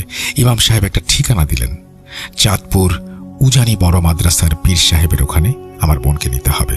ওই দিন রাতে ইমাম সাহেব দোয়া পড়ে আমাদের বাসা বন্ধ করে দিয়ে যান, পানি ও তেল পরা দিয়ে যান, 2টা কাগজ, তাবিজ, কালো সুতা দিয়ে পেঁচিয়ে দিয়ে যান, আর তাড়াতাড়ি চাঁদপুর উজানি বড় মাদ্রাসার পীর সাহেবের কাছে নিয়ে যেতে বলেন। আর আমাকে বলেন পরের দিন সকালে ফজরের নামাজের পরে নদীর 7 ঘাটের পানি, 1 দামে কেনা কালো সুতা, জাফরান রং, একটা কুরআন শরীফ ও একটা জায়নামাজ কিনে ইমাম সাহেবের সাথে দেখা করতে। তারপর আমিও আমার ছোট চাচাই সব জোগাড় করি। ওই দিন চাঁদপুর উজানি বড় মাদ্রাসার পীর সাহেবের কাছে যাই। আমার চাচা, আমার দাদি ও ফুপি ছিল সেখানে। উজানি বড় মাদ্রাসায় পীর সাহেব রুকাইয়া করেন এবং জান্নাতুল তাজরিয়াকে বিদায় করেন, আলহামদুলিল্লাহ। কিন্তু জান্নাতুল তাজরিয়া যাওয়ার সময় বলে যায়, আমার বোন আর কখনো আগের মতো পড়াশোনা করতে পারবে না। তারপর থেকে আমার বোনের আর পড়াশোনা হয়নি। আলহামদুলিল্লাহ, এখন আমার বোনের বিয়ে হয়েছে, তার হাজবেন্ডের সাথে সে ভালো আছে। এরপর থেকে আর কোনো সমস্যা হয়নি। কিন্তু আমার বোন মাঝে মাঝে ঘুমালে অনুভব করে কেউ তার পাশে আসে, মাঝে মাঝে বেশি ভয় পেলে আমাকে নিয়ে ঘুমায়, আর এখন ঘুমাতে অনেক সময় পারেই না। ওর হাজবেন্ড সৌদি আরব থাকায়, আমি দেশে না থাকায় আমার আম্মু ওর বাসায় যেয়ে থাকেন। এই ছিল আমার বোনের সাথে ঘটা ঘটনা, 100% সত্যি। আপনাকে অনেক শুকরিয়া রাসেল ভাই, এত কষ্ট করে ঘটনাটি পড়ার জন্য। প্রিয় লিসেনার্স, অনেক ধন্যবাদ আমার এই ঘটনাটি শোনার জন্য। আমার পরিবারের জন্য সবাই দোয়া করবেন। এই বলেই তিনি তার ঘটনা শেষ করেছেন। আশা করছি এই ঘটনাটি আপনাদের ভালো লেগেছে। যদি ভালো লাগে অবশ্যই আমাদের জানাবেন। আমরা চলে যাব আমাদের পরবর্তী ঘটনায়।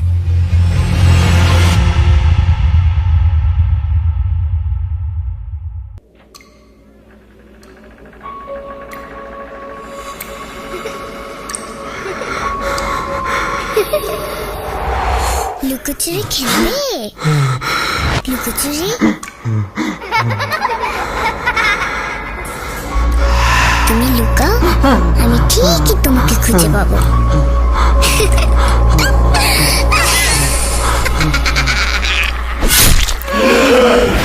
Bhoot.com with Russell. Welcome back. আশা করছি আপনারা সবাই ভালো আছেন, ভালোর দলে আছেন। আমিও ভালো আছি আর ভালোর দলে আছি। আমরা ইমেল শুনলাম, এবার যাব অডিও ক্লিপে। অডিও ক্লিপগুলো আমি আসলে খুব কষ্ট করে খুঁজে বেছে তারপরে আপনাদের সামনে উপস্থাপন করার চেষ্টা করি। যদি ভালো না লাগে অবশ্যই আমাদের জানাবেন। কোন ধরনের অডিও ক্লিপ চান সেটাও একটু বলবেন। সেই সাথে যারা ভালো বলতে পারেন তাদেরকে উৎসাহ দেবেন যেন অডিও ক্লিপ পাঠায়। অডিও ক্লিপ নিয়ে আমাকে অনেক কথা শুনতে হয়, কিন্তু আমার যুক্তি একটাই, যার ঘটনা তিনি যদি তার ভাষায় তার মতো করে বলতে পারেন তাহলে সেটার যে একটা আলাদা ব্যাপার, সেই ব্যাপারটা কিন্তু সত্যি আমার কাছে খুব ভালো লাগে। আমরা ঘটনায় চাই।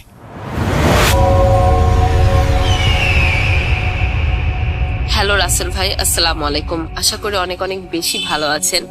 আমি তাসমিমা আলম মিম বলছি, মিরপুর থেকে।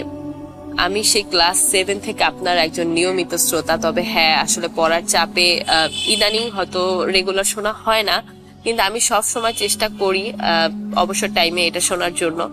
তো আজকে আমি একটা ঘটনা পাঠিয়েছি। আমি সবসময় ঘটনা পাঠাতে চাইতাম, কিন্তু যেহেতু আমি একটু পড়াশোনার মধ্যে বিজি থাকি, তার জন্য চাইলেও রেকর্ড করতে পারি না, বা আমি হয়তো ওই কনফিডেন্সটা পাই না যে রেকর্ড করলে কি সেটা আপনি পড়ে শোনাবেন কিনা। তো যাই হোক, আজকে আমার দ্বিধাদ্বন্দ্ব ফেলে আমি আজকের ঘটনাটা পাঠাচ্ছি, এবং এটা আমার চাচির সাথে ঘটে যাওয়া ঘটনা। 100% একটা সত্য ঘটনা, এবং ঘটে যাওয়া ঘটনা বলবো না, কারণ এটা এখনো ঘটছে, স্টিল নাও প্রসেসিং এর মধ্যেই আছে, এটা ঘটেই চলছে। তো আমি ঘটনাটা শুরু করছি। তো ঘটনার শুরুতে আমি বলে নিতে চাচ্ছি, আমার চাচির কিন্তু ওরকম বেশি একটা বয়স না, ওনার বয়স হবে 35 থেকে 36 সামথিং, আমার আম্মুর বয়সী। তো যেটা হয় যে আমার চাচির 22 সাল থেকে মাথায় প্রচন্ড রকমের ব্যথা শুরু হয়, এবং ব্যথাটা আসলে কিরকম, ওনার মাথা ঝাঁকুনি দেয়, প্রচন্ড রকমের ঝাঁকুনি দেয়, এবং মনে হচ্ছে মাথাটার রক ছিঁড়ে যাচ্ছে, এরকম অবস্থা হয়ে যায়। তো আমার আম্মুর কাছে জিনিসটা শেয়ার করে চাচি যে এরকম মাথা ব্যথা করছে। আমার চাচি মেশিনেও কাজ করে। তো আমার আম্মু বলে যে তুই যেহেতু মেশিনে কাজ করিস, সেহেতু তোর মাথাটা ওই জন্য ব্যথা করতে পারে। তো তারপর যেহেতু অনেকটা বেশি ব্যথা করছে, তো আমার দাদিও বলে যে তুমি ডাক্তার দেখাও। তো আমার চাচি ডাক্তার দেখাতে আসে আমাদের বাসায়, কারণ চাচিরা থাকে হলো আজিমপুরের ওদিকে। তো ওখান থেকে আসলে ভালো ডাক্তার ওরা আসলে পাচ্ছিল না, তার জন্য আমার আম্মু বলে ঠিক আছে মিরপুরের দিকে ডাক্তার আছে, তুমি চলে আসো। দেন আমার আম্মু, আমি হাসপাতালের নামটা উল্লেখ করছি, বাট আমার চাচির নামগুলো স্কিপ করে যাচ্ছি। তা আমার আম্মু তাকে নিউরোসায়েন্সের একটা হাসপাতালে নিয়ে যায়। নিউরোসায়েন্স হাসপাতাল সবাই চেনে। তো নিউরোসায়েন্সে নিয়ে যাওয়ার পরে ডাক্তার দেখে। ডাক্তার দেখার পরে যে ডাক্তার আসলে কোনো রোগ ধরতে পারেনি, তো ডাক্তার বলছে যে ঠিক আছে, মাথাটা যেহেতু ব্যথা করছে, উনি ওষুধ দিয়ে দেয়। তো ওষুধ খেয়ে বেশ ভালো টাকার ওষুধ দেয়। ওষুধ খাওয়ার পরে আমার চাচিটা কিছুটা ভালো ফিল করে, কিন্তু মানে 4-5 দিন পরে যে কে সেই একই অবস্থা, মাথা ঝাঁকুনি দেয়, এরকম বারবারই হতে থাকে। তো তারপরে জিনিসটা আসলে অনেক অনেক বেশি বেড়ে যায়। তো সবাই বলে যে ঠিক আছে, যেহেতু আমরা সরকারি ডাক্তার দেখাচ্ছি কিছু হচ্ছে না, তাহলে আমরা বেসরকারি ডাক্তার দেখাই। তো এর মধ্যে কিন্তু আমার চাচি বহুবার ডাক্তারের কাছে এসেছে, ডাক্তার ওষুধ দিয়েছে, বাট সেরকম কোনো কাজই হয়নি। তো এই ডাক্তার দেখানোর যে প্রসেসটা চলতে থাকে নিউরোসায়েন্সে, তো এই ডাক্তার দেখাতে দেখাতে 22 সালটা কিন্তু শেষ হয়ে যায়। তো 23 সালের সময়ও 2-3 বার চাচি আসে, দেখায়, ডাক্তার ওষুধ বদলে দেয়, এভাবেই চলতে থাকে। তো চলতে থাকার পরে 23 সালের আমার মনে আছে যে ফেব্রুয়ারি মাসে চাচি তখন একটা প্রাইভেটে ডাক্তার দেখায়। তো প্রাইভেটে ডাক্তার দেখানোর পরে উনি যেহেতু আমার চাচি আমার দাদিকে নিয়ে গেছিল, আমার দাদিও এক্সপ্লেন করতে থাকে ওনাকে যে এরকম এরকম হচ্ছে, ডাক্তার কি করা যেতে পারে। তো সেই সময় ডাক্তারও শুনে হাসছে, এটা আবার কিরকম রোগ, কিভাবে মাথায় ঝাঁকি দেয়। তো উনি বলছে ঠিক আছে, যে আপনাকে আমি ওষুধ দেখিয়ে দিচ্ছি, ওষুধে যদি কাজ না হয় সেক্ষেত্রে আপনাকে সিটি স্ক্যান করাতে বলে আমার চাচিকে। তো আমার চাচি সেরকম প্রসেসিং শুরু করে, উনি সিটি স্ক্যান করাবে। তো এর মাঝে আমার চাচিকে একজন বলে যে তুমি তো অনেক ডাক্তার দেখিয়েছো, তাহলে একটা কাজ করো, যে আমাদের ওখানে একজন ভালো হুজুর আছে, তুমি হুজুরকে দেখাও। তো এই যে হুজুরকে দেখানোর কথা হয়, তো তার চাচি বলে যে ঠিক আছে, ডাক্তার তো অনেকেই দেখালাম, তাহলে হুজুরকেই দেখাই। সেটা হলো আমার চাচির আমার দাদি যে বোন, উনি বলে। তো ওনারা একটা খোঁজ দেয় যে এই হুজুরের কাছে যেতে। তা আমি আসলে লোকেশনটা উল্লেখ করতে চাচ্ছি না, কিছু বলতে চাচ্ছি না, স্কিপ করে যাচ্ছি। তো তারপর আমার চাচি সেখানে দেখা, আমার মনে আছে এটা হলো 23 সালের রোজার মাসের ঘটনা, মানে রোজার 2 থেকে 3 দিন আগে। তো চাচি যায়। তো চাচি যাওয়ার পরে যেটা হয় যে উনি দেখার পরে আমাকে চাচিকে বলে যে হ্যাঁ, আপনার সাথে কিছু একটা আছে। তো আমি তার আগে একটু বলে নিতে চাই যে আমার চাচি কিন্তু এর আগে ওনার বেবি হচ্ছিল না দেখে, আমার চাচির একটা মেয়ে আছে, কিন্তু সেটা হলো আমার বয়সে অনেক বছরের গ্যাপ ছিল, আমার চাচু বিদেশে ছিল। তো দ্যাটস ওয়াই এখন যেহেতু বেবি নিতে চাচ্ছিল, এই বেবিটা হচ্ছিল না, এই জন্য উনি অনেকবার গিয়েছিল যে যারা আসলে এইসব কাজ করে। তো ওনারা বলছিল যে আপনার তো এগুলো হওয়ার চান্স খুবই কম, কারণ আপনার সাথে কিছু একটা আছে, বদজিন কিছু একটা আছে। তো চাচি এগুলো আসলে পাত্তা দেয় নাই, স্বাভাবিক ব্যাপার, আমাদের এই সময় এসে অনেকে এগুলো পাত্তা দেয় না। তো চাচিও সেরকম একটা পাত্তা দেয়নি। তো যাই হোক, ওই যখন ওই লোকের কাছে গেল, উনিও সেম ব্যাপারটা বললো।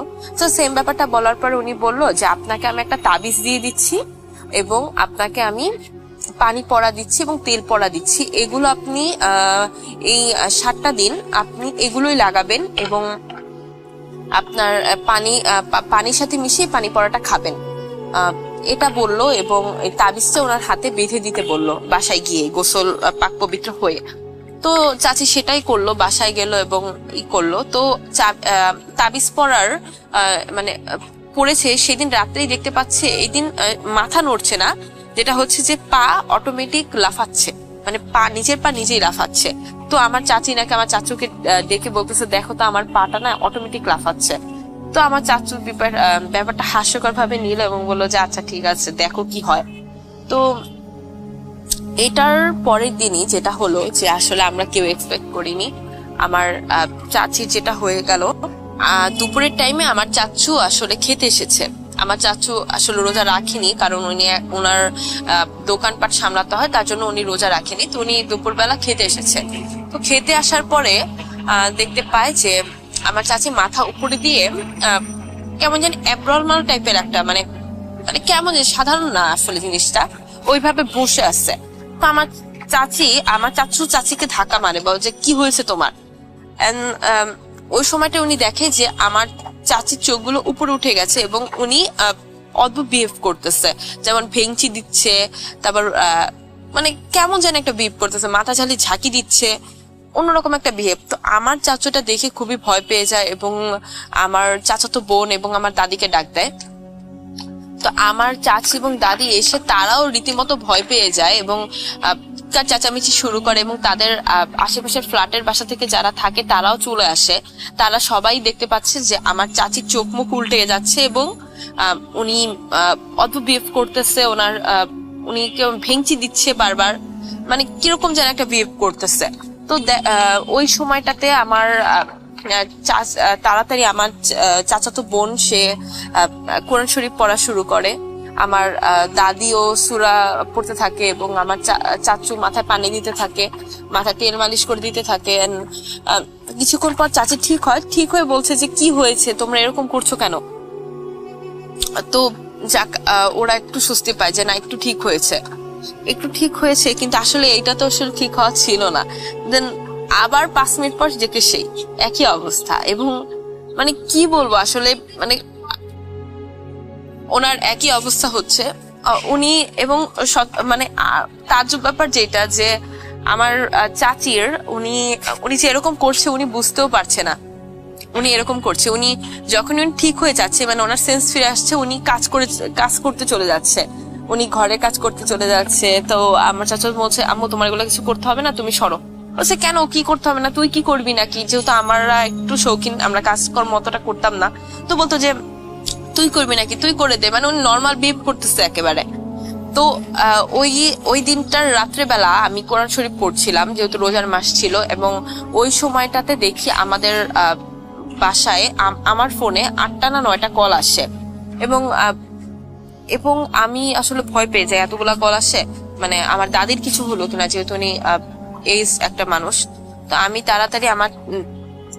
আমি তাড়াতাড়ি কল ব্যাক করার পরে আমার চাচাতো বোন বলে যে আম্মুর অবস্থা খুবই খারাপ, আম্মু এরকম করতেছে। না আমরা ব্যাপারটা এতটাই মানে ভয় পেয়ে যাই, কারণ আমরা তো কখন এগুলো শুনিও নাই। দেন আমার চাচাতো বোন বলে যে ভিডিও কল দাও, আমি দেখাচ্ছি।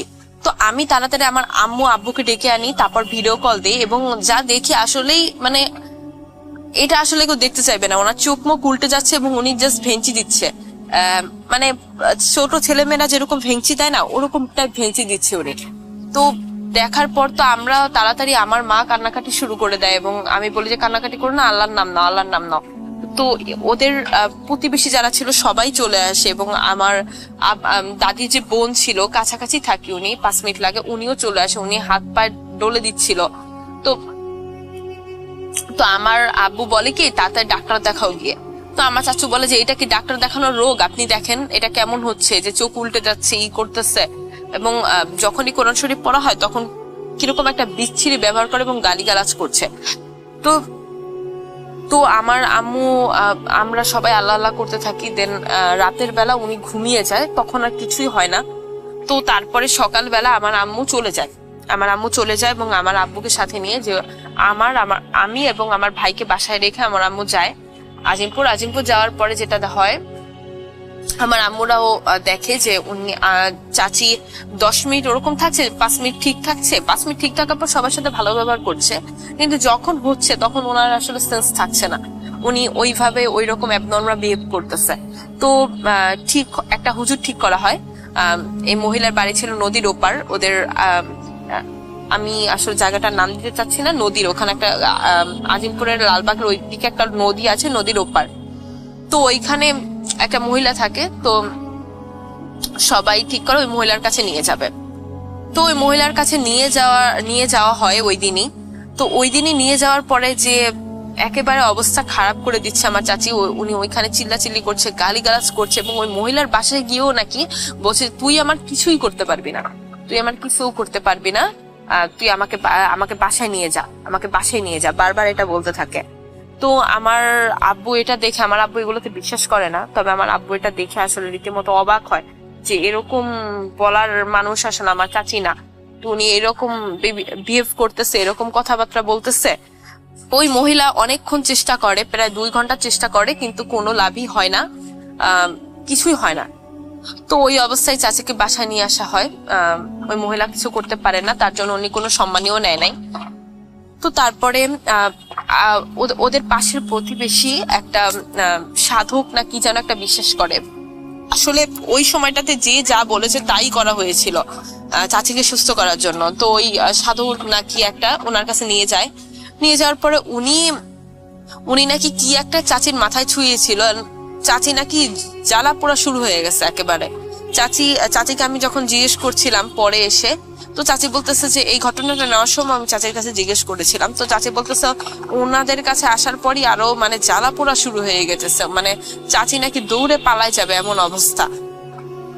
তো তারপর আমার দাদি ওরকম মানে খারাপ অবস্থা দেখে আমার দাদি বলে থাক এইখানে করাতে হবে না, এইখান থেকে চলে আসার পর আমার চাচু ভালোই হুজুর খোঁজ লাগানোর পরে একটা লোককে পায়, আর ওই দিন আমার বাবা মাও চলে আসে। তো একটা লোককে পায়, তো ওই লোকটা হলে এইসব কাজই করে না, সে নাকি বেশ নাম করা বড় হুজুর। তো আমার চাচিকে পরের দিন ওনার কাছে নিয়ে যাওয়া হয়। তো নিয়ে যাওয়ার পরে উনি আমার চাচিকে দেখে বলে যে ওকে গোসল দিতে হবে এবং আরো কি কি একটা লিস্ট দেয় যে এগুলা করতে হবে। তো এগুলা করার জন্য তো উনি ৬,০০০ টাকার একটা মানে যেটা বলে আসলে যে ওনাদের যেন কি একটা থাকে ওইটা চাইলো। তো তারপর আমার চাচু রাজি হলো, বললো যে একেবারে সুস্থ করে তারপর চাচিকে দিতে হবে। উনি বললো হ্যাঁ সুস্থ হয়ে যাবে, উনি ইনসিওরিটি দিল। তো দেওয়ার পরে যেটা হলো যে আমার চাচির জন্য একটা নতুন কাপড় কিনে আনা হলো এবং কিনে আনার পরে পরের দিন মানে 12 হাত না কি যেন একটা কাপড় কিনে আনা হয়েছিল, আমার একটু আসলে মনে পড়ছে না। তো আমার চাচিকে পরের দিন উনি সময় দিল, ওই সময় অনুযায়ী নিয়ে যাওয়া হলো। নিয়ে যাওয়ার পরে ওনার একটা মুরগি কেটে ওইটা রক্ত দিয়ে ওনাকে গোসল করানো হলো এবং ওনাকে একটা শাড়ি পরানো হলো, শাড়ি বা একটা কাপড় জড়িয়ে দেওয়া হলো আর কি, 12 হাত সামথিং কিছু একটা। তো দেওয়ার পরে আমার চাচি যেটা বললো যে উনি নাকি ওই পানিটা মাথায় পড়ার পরই একেবারে সুস্থ, এবং উনি বলছে যে আমার মাথার ভিতর মানে একটা বোঝা ছিল, বোঝাটাকে নামিয়ে দেওয়া হয়েছে, মানে এত সুস্থ হয়ে গেছে উনি। তো আম্মু মানে ওনাকে যে প্রসেস করা ছিল সেটা করে বাসায় নিয়ে আসা হলো, তখন আম্মু কল দিয়েছে, তখন এগুলো বললো। তো তারপরে ওই হুজুর ওনাকে আমার চাচুকে 3 থেকে 4টা তাবিজ দিয়েছিল। একটা হলো কবরস্থানে পুঁততে হবে, একটা শ্মশান ঘাটে পুঁততে হবে, তারপর 3 দিনের একটা 100টা বড়ি দিয়েছিল, মানে বড়িটা নিজেদেরই বানাতে হবে, উনি লিখে দিয়েছিল আয়াত মায়াত। তো ওগুলা ওই বড়ির ভিতর ঢুকিয়ে তারপরে আটার দলা তৈরি করে সেগুলা নদীর মাঝখানে ফেলতে হবে, পাশেও ফেলা যাবে না, একেবারে মাঝখানে। তো এবং একটা ঘ্রাণ নিতে মানে একটা ধোয়ার মতো ঘ্রাণ নিতে বলেছিল, উনি সবকিছু বানিয়ে দিয়েছিল আর কি। আর তাবিজ গুলা আমার চাচুকে বসে পুঁতে দিতে। তো আমার চাচু লোক ঠিক করে সেগুলা যেসব জায়গায় বলে যে খ্রিস্টানদের আরো কোথায় কোথায় যেন পুঁততে বলছিল, ওগুলা চাচু টাকা দিয়ে মানুষ দিয়ে পুঁতায় দিয়েছিল আর কি। আর যেগুলা ছিল এমনিতে মানে রিচুয়াল গুলা যেগুলা বলতেছিল যে নাক থেকে শ্বাস টানতে হবে, তারপর 3 দিন ওই বড়িগুলা মাঝখানে ফেলতে হবে, সেগুলো আমার চাচাতো বোন আমার দাদি একসাথে করে ওই বড়ি বানিয়ে তারপরে মাঝখানে ফেললো, এবং 41 দিন ওনার বাইরে বেরোনো বন্ধ ছিল। তো যেহেতু রোজার পরে ঈদ ছিল সামনে, তো চাচি এবং আমার চাচাতো বোন থেকে শুরু করে কেউই বাড়ি যেতে পারে নাই। তাও আমরা মানে করছিলাম যে না, চাচি সুস্থ হয়ে গেলে তো যেতে পারবে, সমস্যা নেই। 40 দিনের মধ্যে মোটামুটি চাচি ভালো ছিল কিছুদিন, এবং তার মাথায় বেশ মারাত্মক ভাবে ঝাঁকুনি উঠতো, কিন্তু সেটা হুজুর বলেছিল আস্তে আস্তে কমে যাবে। কিন্তু হুজুর আর একটা কথা বলেছিল যে এরা নাকি অনেকজন জিন আছে এবং এরা নাকি চাচিকে ছেড়ে যেতে চাচ্ছে না, এরা নাকি দূর থেকে চাচিকে আসলে করতেছে, এবং এরা নাকি অনেকদিন আগে থেকেই চাচিকে ধরছিল আর কি, যেটা বলে যে জিনে ধরা সামথিং ওরকম ধরছিল। তো এটা সহজে আসলে যাবে না, যেতে অনেক সময় লাগবে, আর এরা চাচির সাথেও নেই যে এদের বন্ধ করবে। তো আসলে এইসব বিষয়ে তো আমাদের সেরকম কোনো জ্ঞান নেই, তাই আমরা আসলে এই বিষয়ে ওনারা যেটা বলবে সেটাই হয়তো সত্যি, আমরা ওরকম জানিও না। তো এই 41 দিন পর আমার চাচি মোটামুটি একটু সুস্থ, এবং ওনার হাতে পায়ে মাজা থেকে শুরু করে পুরা শরীরে ছিল তাবিজ দিয়ে ভরপুর এমন অবস্থা। তো তারপর আমরা আল্লাহর কাছে এটাই প্রার্থনা করছিলাম যে আল্লাহ যেন ওনাকে সুস্থ করে দেয়। মোটামুটি সুস্থ হলো, এবং এরপরে যেটা হলো যে আমার চাচি তখনও সুস্থ হয় নাই পুরোপুরি, কিছুটা ভালো কিছুটা খারাপ এরকম। কুরবানির ঈদে এসে গেল। তো কুরবানির ঈদে আসার পরে যেটা হলো যে আমরা সবাই বাড়ি যাব, এবার চাচিও বাড়ি যাবে। ওই হুজুরের কাছে কন্ট্যাক্ট করলো, হুজুর বললো হ্যাঁ বাড়ি যেতে পারবে। তো বাড়ি আসলো, বাড়ি আসার পরে যেটা হলো যে ওনার বাড়ি আসার 2 থেকে 3 দিন পরে ওনার অবস্থা আবার খারাপ হয়ে গেল, এবং এমন খারাপ হলো ওনার দাঁতের সাথে লেগে ওনার একদম খিঁচুনি উঠে যায় এমন অবস্থা হয়ে গেল। আমরা তো খুবই ভয় পেয়ে গেলাম যে এই অবস্থা কিভাবে হলো, এবং আমরা বাড়িতে বসেই কিছু হুজুর দেখালাম। তো ওনারা বলতেছে যে ওনারা একই সেম কথাই বলতেছে যে হ্যাঁ এটা ঠিক হয়ে যাবে, হ্যাঁ আমাদের বসতে হবে। মানে আসলে আমি এটা বলতে চাই না কিন্তু বলতে হচ্ছে, মানে বেশিরভাগ লোকই টাকা লাগবে, এটা লাগবে, ওটা লাগবে, টাকাই আসলে বেশি। আসলে এই লাইনে ভণ্ডই বেশি, এটা আমরা বুঝে গেছিলাম। কারণ এর মাঝখানে আমি আরো অনেক কিছু উল্লেখ করিনি, এর মাঝখানে আরো অনেক হুজুর দেখিয়েছে। তো তারা আসলে টাকা টাকা টাকা এটাই বলতেছিল। তো মানে ভুয়া ভাটটাই বেশি এইখানে এই লাইনটাতে। তো এই অবস্থা হওয়ার পরে একেবারে চাচির নিস্তেজ হয়ে যায়, চোখ থেকে পানি পড়া শুরু হয়, অবস্থা একেবারে খারাপ হয়ে যায়। তো আধা 1 ঘন্টা পর চাচি একটু উঠে একটু সুস্থ, মানে তখন মনে হয় যে একটু সুস্থ। তো তারপরে আবার যেটা হলো যে এই কুরবানির ঈদে যেহেতু এই অবস্থাটা হলো 23-এর কুরবানির ঈদে, তো আমার চাচু বলল যে ঠিক আছে ওই হুজুর দ্বারা কিছু হবে না, নতুন হুজুর দেখাবো। ওই হুজুরের কাছে আরো 3-4 বার গেছে উনি, মানে এরকম তাবিজ বদলে দেয়, পানি বদলে দেয়, একই সেম কাজ করে, বাট কোনো লাভই হচ্ছিল না। তো তারপর কুরবানির ঈদের থেকে যাওয়ার পরে চাচির অবস্থা আরো খারাপ হতে থাকার পরে আমার চাচু ওনাদের যে বাড়িওয়ালা বললো যে আমার কাছে একজন হুজুর আছে, খুবই ভালো, এইসব কাজই করে, তোমরা দেখাতে পারো। তো আমার চাচু যেহেতু সুস্থ করতে হবে তার জন্য ওনার কাছে নিয়ে গেল। তো উনি দেখে বললো হ্যাঁ আমি এটা পারবো, 100% ঠিক হয়ে যাবে, আমাকে 12,001 টাকা লাগবে, 12,001 টাকা। ওই জিনদের নাকি উনি উপস্থিত করিয়েছিল। যাই হোক, ওই জিনরা বলতেছে ওনাকে নাকি ওখান থেকে ধরছে, এখান থেকে ধরছে, মানে নানা রকমের কথা আর কি। যে গেছিল ওই আমার আরেকটা যে দাদির বোন, উনি গেছিল। তো ওই দাদিকে বলছে যে এরকম লাগবে। উনি বলছে ঠিক আছে, যা লাগে নেন, আপনারা ওকে ঠিক করে দেন, এরকম আর কতদিন চলবে। তো তারপর আমার চাচু ওনার সাথে কন্ট্যাক্ট করে এবং উনি বলে যে 12,001 টাকা লাগবে। যাই হোক, 12,001 টাকাতে সব ঠিক হয়ে যায়। মানে ওই সময়টাতে এতটা আমরা হেল্পলেস ছিলাম যে আমাদের যেটা বলছে আমরা সেটাই করছি। টাকার মায়াটা আসলে ছেড়ে দেওয়া হয়েছিল তখন, যে সুস্থ হোক। তো তারপর ওই লোক কত মন জানি দুধ কিনতে হবে ওই 12,000 টাকার মধ্যে দিয়ে উনি সব করে দিল ওনার ওই জিনিসটা। এবং উনিও নতুন তাবিজ দিল এবং বলল যে এতদিন 40 দিন বের হতে পারবে না, উনিও বলে দিল। আর উনি নাকি বোতলে ভরলো, জিনগুলা বোতলেও ভরেছে উনি একদিন ওই চাচিকে এনে হাজির করে। কিন্তু তারপরও চাচির অবস্থা আসলে পরিবর্তন হলো না। চাচির অবস্থা হ্যাঁ একটু সুস্থ, একটু ভালো, মানে ওই যে একেবারে ভেঙচি দিচ্ছে, দাঁত খিটমিটিয়ে যাচ্ছে, ওই অবস্থাটা হলো না। কিন্তু ওনার যে মাথা ঝাঁকুনি দেওয়া ওইটা বন্ধ হলো না। এবং আমি এটা একদম রিসেন্ট একটা ঘটনা, এটা নভেম্বরের ঘটনা আমি বলতে চাই যে আমার চাচি নভেম্বর মাসে আমার মামার বাসায় গিয়েছিল মিরপুরের এদিকেই। তো আমরা রাত্রে গিয়েছিলাম, তো আস্তে আস্তে আমাদের 11টা 11:30 বেজে যায়। রাতের বেলা আমরা চাচির যেহেতু রাতের বেলা বের হয় মানা, কিন্তু যেহেতু ওই দিন আসলে একটা অনুষ্ঠান ছিল এবং আস্তে আস্তে লেট হয়ে গেল, তো ওই দিন চাচির এসে এমন খারাপ অবস্থা হলো আমি কখনো দেখি নাই। ওনার হাত দুটো শক্ত হয়ে গেছে এবং উনি দাঁত খিটিমিটি করছে এবং ওনার বুকের ভিতর কেউ চাপ দিয়ে বসলে যেরকম হয় না, মানে বোঝা যাচ্ছে উনি শ্বাস নিতে পারতেছে না। আমি পা ডলে দিচ্ছি, আমার আম্মু হাত ডলে দিচ্ছে এবং ওই সময়টাতে আমরা যত সূরা আছে সব পড়তেছি, সব সূরা ছেড়ে দিচ্ছি, সূরা জিন ছেড়ে দিচ্ছি, মানে কোনো অবস্থা পরিবর্তন নাই। ওনার দম আটকে আসে, ওনার চোখ মুখ লাল হয়ে গেছে এমন অবস্থা, ওনার দাঁতের সাথে দাঁত লেগে গেছে এবং আমি দেখি ওনার হাতটা শক্ত। তা আমি যেটা সেটা মানে ছাড়ানোর চেষ্টা করি এবং উনি আমাকে এমন একটা ঝাড়ি মারে যে আমি ওইখান থেকে পড়ে যাই। আমি সোফার উপর বসেছিলাম, আমি পড়ে যাই সোফার থেকে, মানে উনি আমাকে এত জোরে একটা ধাক্কা দেয়।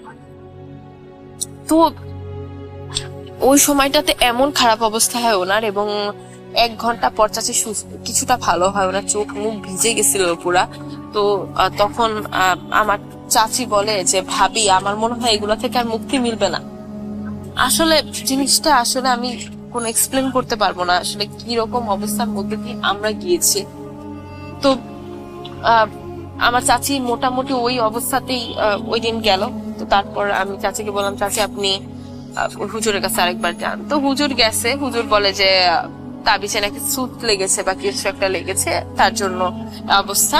তো উনি তাবিজ চেঞ্জ করে দেয় আর ওনাকে আমার চাচিকে বলে যে যাবে, সময় লাগবে। আসলে এই সময়টা কতদিন আমরা জানি না। আমার চাচি স্টিল নাও একই অবস্থা। এবং আমি জাস্ট রিসেন্ট একটা ঘটনা বলে শেষ করব। এই যে 31 ডিসেম্বর গেল 2023-এর, সেদিন আমার চাচি জাস্ট নিচেই থাকতে চেয়েছিল, কিন্তু আমার আম্মু বললো সবাই উপরে গিয়ে আতশবাজি ফোটাচ্ছে, তুমি নিচে বসে আছো, তুমি চলো উপরে চলো। তো আমার চাচি উপরে আসে যেহেতু সবার বলছিল, এবং ওই জাস্ট 15 মিনিট উনি ছিল এবং নিচে যাওয়ার পরই ওনার একই অবস্থা। ওনার হাত পা জোরে ধরে আছে এবং উনি আবার কিচিমিচি উঠে গেছে এবং মাথা ঝাঁকুনি দিচ্ছে, মানে অবস্থা খুবই খারাপ। তো আসলে ঘটনাটা রাসেল ভাই এখানে শেষ। আসলে এখানে শেষ বলতে কিছু নাই, কারণ স্টিল নাও এই ঘটনাটা ঘটতেছে। আমার চাচির মাথা ঝাঁকুনি দিচ্ছে এবং আমার দাদি খুবই কষ্টের সাথে বলে যে তোমার মনে হয় এগুলো থেকে আর মুক্তি মিলবে না, তোর মনে হয় এগুলো থেকে আর মুক্তি মিলবে না, তোর সকাল আর সব শেষ। কারণ রাতের বেলা ওনার বের হয় একেবারেই মানা। উনি রাত্রের বেলা বের হলেই ওনার একটা সমস্যা হবেই, ওনার বাসায় থাকতে হবে, এটাই মানে নিয়ম হয়ে গেছে এখন। জানি না রাসেল ভাই আসলে কিভাবে মুক্তি পাবে আমার চাচি এই সমস্যা থেকে।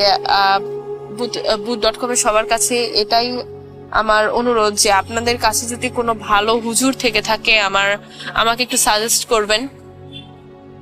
আমার চাচির এই সমস্যা থেকে মুক্তি পাওয়া খুবই প্রয়োজন। আমিও আসলে এটা দেখতে পারি না, আমার খুবই কষ্ট হয়। আর বুথ.com এর সবাইকে অনেক ধন্যবাদ এই অনুষ্ঠানটাকে চালু করার জন্য, আবার আমাদের মাঝে আসার জন্য। আর রাসেল ভাইকে একটি অনুরোধ যে যদি আমার এই ঘটনাটা সিলেক্ট হয় তাহলে যেন আমাকে একবার বলা হয় যে এটা সিলেক্ট হয়েছে। সবাইকে অনেক ধন্যবাদ, ভালো থাকবেন, আসসালামু আলাইকুম।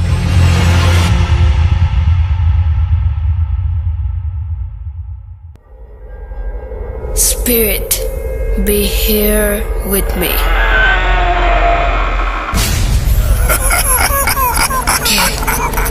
কে তুমি? Bhoot.com. The fear returns with Russell.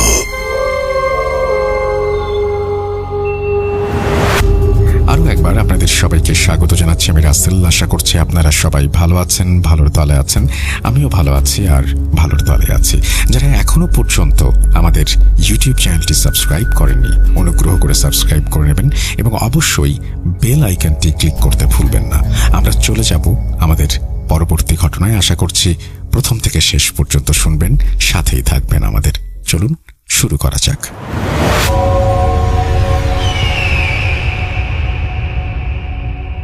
আসসালামু আলাইকুম রাসেল ভাইয়া ও প্রিয় লিসেনার্স, কেমন আছেন আপনারা? আশা করছি আপনারা সকলেই ভালো আছেন এবং সুস্থ আছেন। আজ আমি আপনাদের মাঝে খুবই ভয়ঙ্কর এবং রহস্যময় একটি ঘটনা নিয়ে হাজির হয়েছি। আমাদের জীবনে চলার পথে আমাদের অনেক অদ্ভুত আর অবিশ্বাস্য পরিস্থিতির সম্মুখীন হতে হয়, কিন্তু কিছু কিছু ঘটনা আমাদের মনের ভেতরে এমনভাবে দাগ কেটে যায় যা সারা জীবন আমাদেরকে বয়ে বেড়াতে হয়। আজকের ঘটনাটিও ঠিক তেমনই। রাসেল ভাইয়া এবং ভূত.com টিমকে অসংখ্য ধন্যবাদ আমাকে এই প্ল্যাটফর্মে কথা বলার সুযোগ দেওয়ার জন্য। আপনাদের এই ভালোবাসার জন্যই বারবার ফিরে আসি নতুন সব ঘটনা নিয়ে। ঘটনার ভেতরে কোনো ভুল ত্রুটি থাকলে দয়া করে ক্ষমাসুন্দর দৃষ্টিতে দেখবেন। চলুন প্রিয় লিসেনার্স, আর কথা না বাড়িয়ে আজকের মূল ঘটনায় প্রবেশ করা যাক। আজকের ঘটনাটি শেয়ার করেছেন আসিফ হাসান নামের এক ভাই। আমি সিফাত আলম আপনাদেরকে ঘটনাটি তার ভাষাতেই বলার চেষ্টা করছি। ঘটনাটি যখন ঘটে তখন আমি নিতান্তই একজন কিশোর, বয়স আর কতই হবে, এই ধরুন 16 কি 17 বছর। আমাদের পরিবারটা বেশ বড়সড়, আমরা মোট 5 ভাই। ছোটবেলা থেকেই আমাদের পরিবার ধর্মের প্রতি একটা গভীর অনুরাগ অনুভব করতেন। যার কারণে আমাদের 5 ভাইয়ের মধ্যে 3 ভাই কোরআনের হাফেজ। আমি আর আমার বড় ভাই ওয়াসিম তখন হিফজ করছিলাম। সারাদিন কোরআন নিয়েই পড়ে থাকতাম। দুনিয়ার অন্য কোনো দিকে খেয়াল করার মতো সময় বা সুযোগ কোনোটাই আমাদের ছিল না। দিনরা শুধু কোরআনের আয়াতগুলো বুকের ভেতর গেঁথে নেওয়ার এক অদ্ভুত সাধনা। তখন আমরা ঢাকায় থাকতাম। আমাদের পরিবারের খুব কাছের একজন বন্ধু ছিলেন। আমরা তাকে মাহমুদ সাহেব বলে ডাকতাম। মাহমুদ সাহেব পেশায় ছিলেন একজন অনেক বড় ব্যবসায়ী। প্রপার্টি আর রিয়েল এস্টেট ব্যবসার জন্য তিনি এক কথায় এক জায়ান্ট। ঢাকা শহরে তার বেশ কিছু প্রজেক্ট আর বিশাল সব অ্যাপার্টমেন্টের বিল্ডিং এর কাজ চলত। মাহমুদ সাহেবের বয়স তখন 65-র কাছাকাছি। ওনার স্ত্রীর নাম সামিরা। সামিরা আন্টির বয়স ছিল মাত্র 28 বছর, অর্থাৎ মাহমুদ সাহেবের বয়সের অর্ধেকের চেয়ে কম। ওনার একটি কন্যা সন্তান ছিল, নাম মোনা। সামিরা আন্টি আমার আম্মুর খুব কাছের বান্ধবী ছিলেন, আর মাহমুদ সাহেব ছিলেন আমার আব্বুর ভীষণ ভালো বন্ধু। ওনাদের আদিবাড়ি ছিল ইন্ডিয়ায়, তবে ওনারা খাঁটি মুসলমান ছিলেন এবং ব্যবসার খাতিরে বহু বছর ধরেই বাংলাদেশে স্থায়ীভাবে বসবাস শুরু করেছিলেন। ওনাদের বাড়িটা ছিল গুলশানে। ঠিকানাটা এখন আমার স্পষ্ট মনে আছে। বিশাল বড় আর রাজকীয় একটা বাড়ি। বাড়ির ভেতরে ঢুকলেই মনে হতো কোনো প্রাসাদে যেন চলে এসেছি। সবকিছু বেশ স্বাভাবিকভাবেই চলছিল, কিন্তু হঠাৎ করে মাহমুদ সাহেবের জীবনে এক অদ্ভুত সমস্যা শুরু হলো। ওনার রাতের ঘুম একেবারে হারাম হয়ে গেল। সারা রাত 2 চোখের পাতা এক করতে পারতেন না তিনি। শুধু তাই নয়, উনি প্রায়ই অদ্ভুত সব কথা বলতে শুরু করলেন। উনি বলতেন ওনার চোখের সামনে নাকি একজন ভয়ানক চেহারার মহিলা প্রায় সময় ঘুরে বেড়ায়। সব সময় তাকে তিনি দেখছেন, কিন্তু আশ্চর্যের বিষয় হলো সামিরা আন্টি বা মেয়ে মোনা কেউই ওই মহিলাকে দেখতে পাচ্ছেন না। চোখের সামনে এমন কিছু ঘটা শুরু করলে যে কোনো মানুষেরই পাগল হওয়ার দশা হবে। মাহমুদ সাহেবের অবস্থা অনেকটা তেমনই ছিল। প্রথম কয়েকদিন আমরা এসবের কিছুই জানতাম না, আমাদের কানে এসব খবর পৌঁছায়নি। একদিন সামিরা আন্টি হঠাৎ করে আমাদের বাসায় এলেন। ওনার চোখে মুখে এক অদ্ভুত চিন্তার ছাপ। আম্মুকে এসে বললেন আমাকে আর ওয়াসিম ভাইকে যেন ওনাদের বাসায় পাঠানো হয়। আম্মু একটু অবাক হয়ে জিজ্ঞাসা করলেন সব ঠিকঠাক আছে কিনা। আন্টি তখন একটু আমতা আমতা করে বললেন হ্যাঁ, সব তো ঠিকই আছে, শুধু মাহমুদ সাহেবের পাশে বসে একটু ওদের কোরআন তিলাওয়াত করতে হবে। আমরা 2 ভাই গেলাম ওনাদের গুলশানের সেই বিশাল বাড়িতে। তখনও আমরা আসলে জানি না ওনার সাথে কি হচ্ছে। আন্টি আমাদের শুধু এতটুকু জানালেন যে মাহমুদ সাহেব টানা 3 দিন ধরে এক ফোঁটাও ঘুমাতে পারেননি। আমাদের কাজ শুধু ওনার পাশে বসে কোরআন তিলাওয়াত করা। আমরা ভাবলাম হয়তো ওনার কোনো মানসিক চাপ বা স্নায়বিক সমস্যা হয়েছে, যার কারণে এমন স্লিপলেসনেস তার কাটছে। আর কোরআনের তেলাওয়াত শুনলে হয়তো ওনার মনে প্রশান্তি আসবে আর উনি ঘুমাতে পারবেন। আমরা মাহমুদ সাহেবের পাশে বসে কোরআন তেলাওয়াত শুরু করলাম। একটানা 2 ঘন্টা আমরা কোরআন পড়লাম। 2 ঘন্টা পড়ার পর দেখলাম মাহমুদ সাহেব আস্তে আস্তে ঘুমিয়ে পড়লেন। আমাদেরও বেশ ভালো লাগলো। যাক, লোকটা অন্তত একটু শান্তির ঘুম ঘুমাতে পারছে। কিন্তু এই শান্তি বেশিক্ষণ স্থায়ী হলো না। একটু পরে মাহমুদ সাহেবের হঠাৎ ওয়াশরুমে যাওয়ার প্রয়োজন পড়ল। উনি ঘুম থেকে ধর্মর করে উঠে ওয়াশরুমের দিকে গেলেন। ওয়াশরুমটা ওনার ঘরের সাথেই লাগোয়া ছিল। উনি বিছানা থেকে ওঠার সাথে সাথে করে চিৎকার শুরু করলেন। ওনার চিৎকার শুনে আমরা ঘাবড়ে গেলাম। উনি আঙ্গুল তুলে ঘরের কোনায় দেখিয়ে বলতে লাগলেন ওই তো সে এখানে দাঁড়িয়ে আছে। কিন্তু আমরা যেই দিকে তিনি আঙ্গুল তাক করেছিলেন সেদিকে তাকিয়ে দেখলাম কিছুই নেই। পুরো ঘর সম্পূর্ণ ফাঁকা। আসলে এই জিনকে শুধু মাহমুদ সাহেবই দেখতে পেতেন, অন্য কেউ না। উনি ভয়ে কাঁপতে কাঁপতে বললেন জিনটা নাকি ওখানেই আছে। আমরা ওনার অবস্থা দেখে আরো জোরে জোরে কোরআন তেলাওয়াত করতে শুরু করলাম। কোন রকমে উনি ওয়াশরুমে গিয়ে এগিয়ে এলেন। আমি আগে গিয়ে ওয়াশরুমের দরজা খুলে ভেতরটা ভালো করে চেক করলাম। ভেতরে কেউ নেই, পুরো ওয়াশরুমটাই খালি। আমি ওনাকে আশ্বস্ত করলাম ভেতরে কেউ নেই। উনি নিজেও দরজা ফাঁকা করে উকি দিয়ে দেখলেন। যখন নিশ্চিন্ত হলেন যে ভেতরে আসলেই কেউ নেই, তখন তিনি ভেতরে ঢুকলেন। দরজাটা বন্ধ করার কয়েক সেকেন্ডের মধ্যেই ওয়াশরুমের ভেতর থেকে একটা গগনবিদারী চিৎকার ভেসে এলো। আমরা কিছু বুঝে ওঠার আগেই মাহমুদ সাহেব দরজা খুলে পাগলের মতো বাইরে ছিটকে বেরিয়ে এলেন। উনি চিৎকার করে বলতে লাগলেন জিনটা দরজার পেছনেই নাকি দাঁড়িয়েছিল। ওনার পরনে ছিল সাদা রঙের একটা পায়জামা আর পাঞ্জাবি। বাথরুমের ভেতর উনি কয়েক সেকেন্ডের বেশি ছিলেন না, কিন্তু এই কয়েক সেকেন্ডের মধ্যেই ওনার শরীরের অবস্থা দেখে আমাদের চোখ কপালে ওঠার উপক্রম। ওনার পুরো শরীর ঘামে ভিজে চুপচুপ হয়ে গেছে। সাদা পাঞ্জাবি ঘামের কারণে শরীরের সাথে লেপ্টে আছে। মনে হচ্ছিল কেউ ওনাকে বালতি ভরে পানি দিয়ে গোসল করিয়ে দিয়েছে। ঘামের কারণে ওনার শরীরের মাংসপেশি পর্যন্ত বাইরে থেকে স্পষ্ট বোঝা যাচ্ছিল। ভয় আর আতঙ্কে ওনার ব্লাড প্রেশার এমন ভাবে ড্রপ করছিল যে শরীরের সব পানি ঘাম হয়ে বেরিয়ে আসছিল। উনি এতটাই প্যানিকড হয়ে গিয়েছিলেন যে বাথরুমের কাজও শেষ করতে পারেননি। সোজা এসে আবার বিছানায় শুয়ে পড়লেন। সামিরা আন্টি আমাদের বললেন আবার পড়া শুরু করতে। আমরা আবার তেলাওয়াত শুরু করলাম। হঠাৎ মাহমুদ সাহেব বলে উঠলেন জিনটা নাকি ওনাকে বলেছে আমাদের কোরআন পড়া বন্ধ করতে হবে। জিনটা কোনোভাবেই চাচ্ছিল না আমরা কোরআন পড়ি, কিন্তু আমরা তো থামার পাত্র নই, কারণ আমরা কোরআন পড়া বন্ধ করলেই ওনার অস্থিরতা বেড়ে যাচ্ছিল। টানা 3 দিন ধরে ওনার চোখের পাতায় এক হয়নি।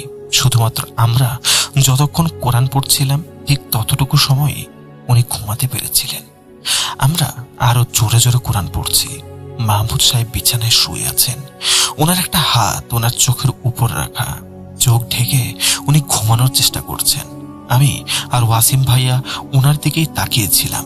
হঠাৎ করে উনি ওনার হাতটা চোখ থেকে একটু সরালেন। হাতটা সরানোর পর ওনার চেহারা দেখে আমাদের বুকের ভেতরটা যেন ধক করে উঠল। একটা মানুষের চোখ স্বাভাবিক অবস্থায় যতটা বড় হতে পারে ওনার চোখ দুটো তার চেয়ে অন্তত 5 গুণ বেশি বড় হয়ে গেছে। একেবারে কোটর থেকে বেরিয়ে আসার মতো অবস্থা। আর ওনার নিচের চোয়াল সেটা একদম খুলে বুকের সাথে যেন লেগে যাচ্ছে। মুখটা অমানবিক একটা আকৃতি ধারণ করেছে। এই দৃশ্য দেখে কারো পক্ষেই ঠিক থাকা সম্ভব নয়। আমাদের সাথেও তাই হয়েছিল। আমাদের বয়স তখন খুব কম। এমন একটা দৃশ্য চোখের সামনে দেখে আমাদের শরীরের রক্ত যেন জমে বরফ হয়ে গেল। আমরা কোরআনের হাফেজ হলেও আমাদের ভেতরে তো একটা মানুষের মন আছে, ভয় তো লাগবেই। আমরা ভয় আর এক মুহূর্ত সেখানে দাঁড়ালাম না। এক দৌড়ে ঘর থেকে বেরিয়ে সোজা টিভি রুমের দিকে চলে গেলাম। এটাই ছিল প্রথম দিন যখন আমরা সচক্ষে মাহমুদ সাহেবের শরীরে সেই জিনের ভয়াবহ উপস্থিতি অনুভব করেছিলাম। আমরা বাইরে আসার পর সামির আন্টি ওনার পাশেই ছিলেন। জিনটা তখন মাহমুদ সাহেবের মুখ দিয়ে কথা বলতে শুরু করে। সে আন্টিকে হুমকি দিয়ে বলে, আগে আমি কখনো এভাবে ওনার শরীরের ভেতরে প্রবেশ করিনি, কিন্তু আজ থেকে তোমরা তোমাদের সর্বোচ্চ চেষ্টা করে দেখতে পারো। আমিও আমার ক্ষমতা দেখাবো, দেখব তোমরা কি করতে পারো। এরপর পরিস্থিতি আরো ভয়াবহ হতে শুরু করে। মাহমুদ সাহেবের কোম্পানির প্রায় 800 কর্মচারী ছিল। উনি একদিন বিশাল এক আয়োজন করলেন। ওনার ড্রয়িং রুমে একসাথে প্রায় 100 জন কর্মচারীকে ডেকে আনলেন। সবার ডিউটি একটাই, মাহমুদ সাহেবকে মাঝখানে বসিয়ে চারপাশে সবাই বসে গোল হয়ে একটানা কোরআন তেলাওয়াত করবে। এতগুলো মানুষ একসাথে কোরআন পড়ছে, বাড়িটা যেন একটা অন্যরকম পবিত্র আবহে ভরে উঠল। কিন্তু জিনটা এত প্রচন্ড ক্ষিপ্ত হয়ে উঠল, সে মাহমুদ সাহেবের উপর ভর করে আবার বলতে থাকে, আমি তোমাদের বারণ করেছি, এটা বন্ধ করো, তোমরা শুনছো না তো? এরপর মাহমুদ সাহেবের অবস্থা আরো খারাপ হতে শুরু করে। উনি খাওয়া দাওয়া একেবারেই ছেড়ে দিলেন। এক ফোঁটা পানি পর্যন্ত ওনার গলা দিয়ে নামছিল না। একদম মৃতপ্রায় একটা অবস্থা। মোনা মাহমুদ সাহেবের মেয়ে তখন উপায় না দেখে তার এক বান্ধবীর সাহায্য নেয়। সেই বান্ধবীর মা ছিলেন একজন পরহেজগার আলেমা। ওনারা সিলেটের মানুষ, তবে ওনারা ঢাকাতেই থাকতেন। এই মহিলা দিনে এলেমে অনেক পারদর্শী ছিলেন এবং রুকাইয়া বা জিন তাড়ানোর বিষয়ে ওনার বেশ ভালো জ্ঞান ছিল। ওনার সাথে যোগাযোগ করা হলে উনি বললেন 2 দিন পর ওনার কাছে যেতে। কিন্তু মাহমুদ সাহেবের যে অবস্থা, 2 দিন অপেক্ষা করার মতো পরিস্থিতি তখন একেবারেই ছিল না। ওনার শ্বাস নেওয়াটাই কষ্টকর হয়ে যাচ্ছিল। সবকিছু শুনে ওই আলেমা খালা বললেন, ঠিক আছে, তোমরা 10 জন কোরআনে হাফেজ ছেলেকে নিয়ে পার্কের কাছে এসো। পার্কটা ছিল ওনাদের বাসার একদম কাছেই। আমরা 10 জন ছেলে সেখানে হাজির হলাম। আমি ছিলাম, আমার বড় ভাই ওয়াসিম ছিল, আর আরো 8 জন হাফেজ ছেলে। সামিরা আন্টি আর মাহমুদ সাহেবও ছিলেন, আর সেই আলেমা খালাও এলেন। উনি একেবারে পর্দাশীল একজন নারী, নিকাব পরা ছিলেন। উনি এসেই আমাদের 10 জনের ইন্টারভিউ নেওয়া শুরু করলেন। একে একে সবার কাছে জানতে চাইলেন কে কত পারা কোরআন হিফজ করেছে। আমরা সবাই বললাম, কেউ 24 পারা, কেউ 25 পারা। উনি সবার কোরআন তেলাওয়াত শুনলেন, মাখরাজ আর তাজবিদ চেক করলেন। ওনার আসলে একজনকে দরকার ছিল যেখানে খুব নিখুঁতভাবে তেলাওয়াত করতে পারে। সব চেক করার পর উনি আমাকে ডাকলেন। উনি আমাকে বললেন, তোমার হাতে যে কোনো একটা লোহার জিনিস নাও। এখন পার্কের মধ্যে আমরা লোহার জিনিস কোথায় পাবো? আমার কাছে তখন শুধু আমার আব্বুর গাড়ির চাবিটা ছিল। আমি ওনাকে বললাম, আমার কাছে শুধু ওই গাড়ির চাবিটাই আছে। উনি বললেন, ঠিক আছে, এটাই চলবে। উনি আমাকে নির্দেশ দিলেন, এই চাবিটা মাহমুদ সাহেবের পায়ের বুড়ো আঙ্গুলের সাথে শক্ত করে চেপে ধরে রাখতে হবে, আর একটানা সূরা বাকারা তেলাওয়াত করতে হবে। কোনোভাবেই পড়া থামানো যাবে না। কাজটা আমার কাছে খুব একটা কঠিন মনে হলো না। আমি বললাম, ঠিক আছে, আমি পারবো। আমি মাহমুদ সাহেবের পায়ের বুড়ো আঙ্গুলে চাবিটা চেপে ধরলাম আর একটানা সূরা বাকারা পড়া শুরু করলাম। প্রায় 8 ঘন্টা ধরে আমি পড়েই যাচ্ছি। হঠাৎ খেয়াল করলাম মাহমুদ সাহেবের চেহারাটা কেমন যেন ফ্যাকাশে আর অদ্ভুত হয়ে যাচ্ছে।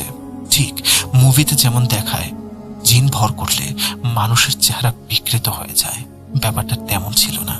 ওনার চেহারা স্বাভাবিকই ছিল, কিন্তু ওনার এক্সপ্রেশন আর চোখের চাহনিটা এতই অমানবিক ছিল যে দেখলেই গা শিউরে ওঠে। আমি তখন ছোট ছিলাম, ভয় পাচ্ছিলাম, আবার কৌতূহল হচ্ছিল। এই আলেমা খালা আমাকে আগেই কড়াভাবে নিষেধ করে দিয়েছিলেন আমি যেন কোনোভাবেই জিনের সাথে কোনো কথা না বলি। যা করার উনিই করবেন। আমার কাজ শুধু কোরআন তেলাওয়াত করা। কিন্তু আমি একটু বেশি কৌতূহলী হয়ে পড়েছিলাম।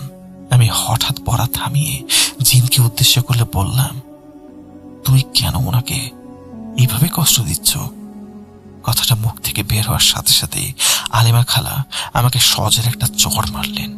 আমি তো হতবাক।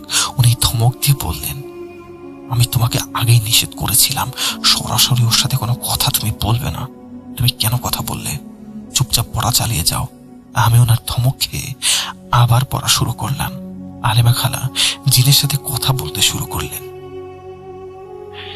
হঠাৎ মাহমুদ সাহেবের শরীরে একটা প্রচন্ড ঝাঁকুনি হলো। জিনটা ওনার পুরো শরীরে ভর করেছে। আমি চাবিটা চেপে ধরলাম। ঝাঁকুনির কারণে আমার হাতটা একটু নড়ে গেল। আমি চাবির দিকে তাকাতে আমার চোখ ছানা পড়া হয়ে গেল।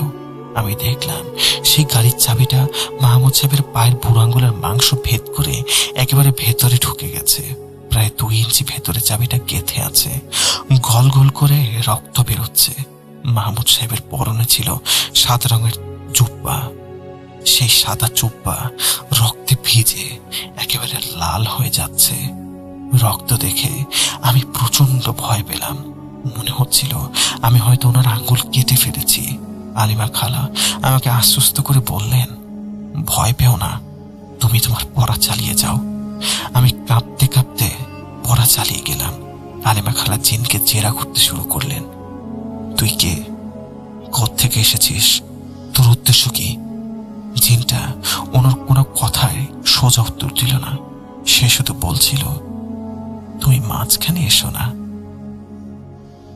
আমি তোমাকে কিছু বলছি না, তুমিও আমাকে কিছু বলো না। প্রায় 15 মিনিট ধরে আলেমা খালা আর ওই জিনের মধ্যে তর্ক বিতর্ক চলল। জিনটা কিছুতেই নিজের নাম বা পরিচয় বলতে চাচ্ছিল না। 15 মিনিট পর হঠাৎ মাহমুদ সাহেব একদম শান্ত হয়ে গেলেন। উনি আবার স্বাভাবিক অবস্থায় ফিরে এলেন। আমি সাথে সাথে ওনার আঙুল থেকে চাবিটা বের করে নিলাম। চাবিটা বের করার সাথে সাথেই মাহমুদ সাহেব জ্ঞান হারিয়ে মাটিতে লুটিয়ে পড়লেন। আমরা সবাই মিলে ওনাকে ধরাধরি করে তুললাম। ওনাকে একটা চেয়ারে বসানো হলো। কিন্তু আশ্চর্যের বিষয় হলো, চাবি বের করার পর ওনার আঙুলে কোনো ক্ষতের দাগই ছিল না, এক ফোঁটা রক্তও ছিল না।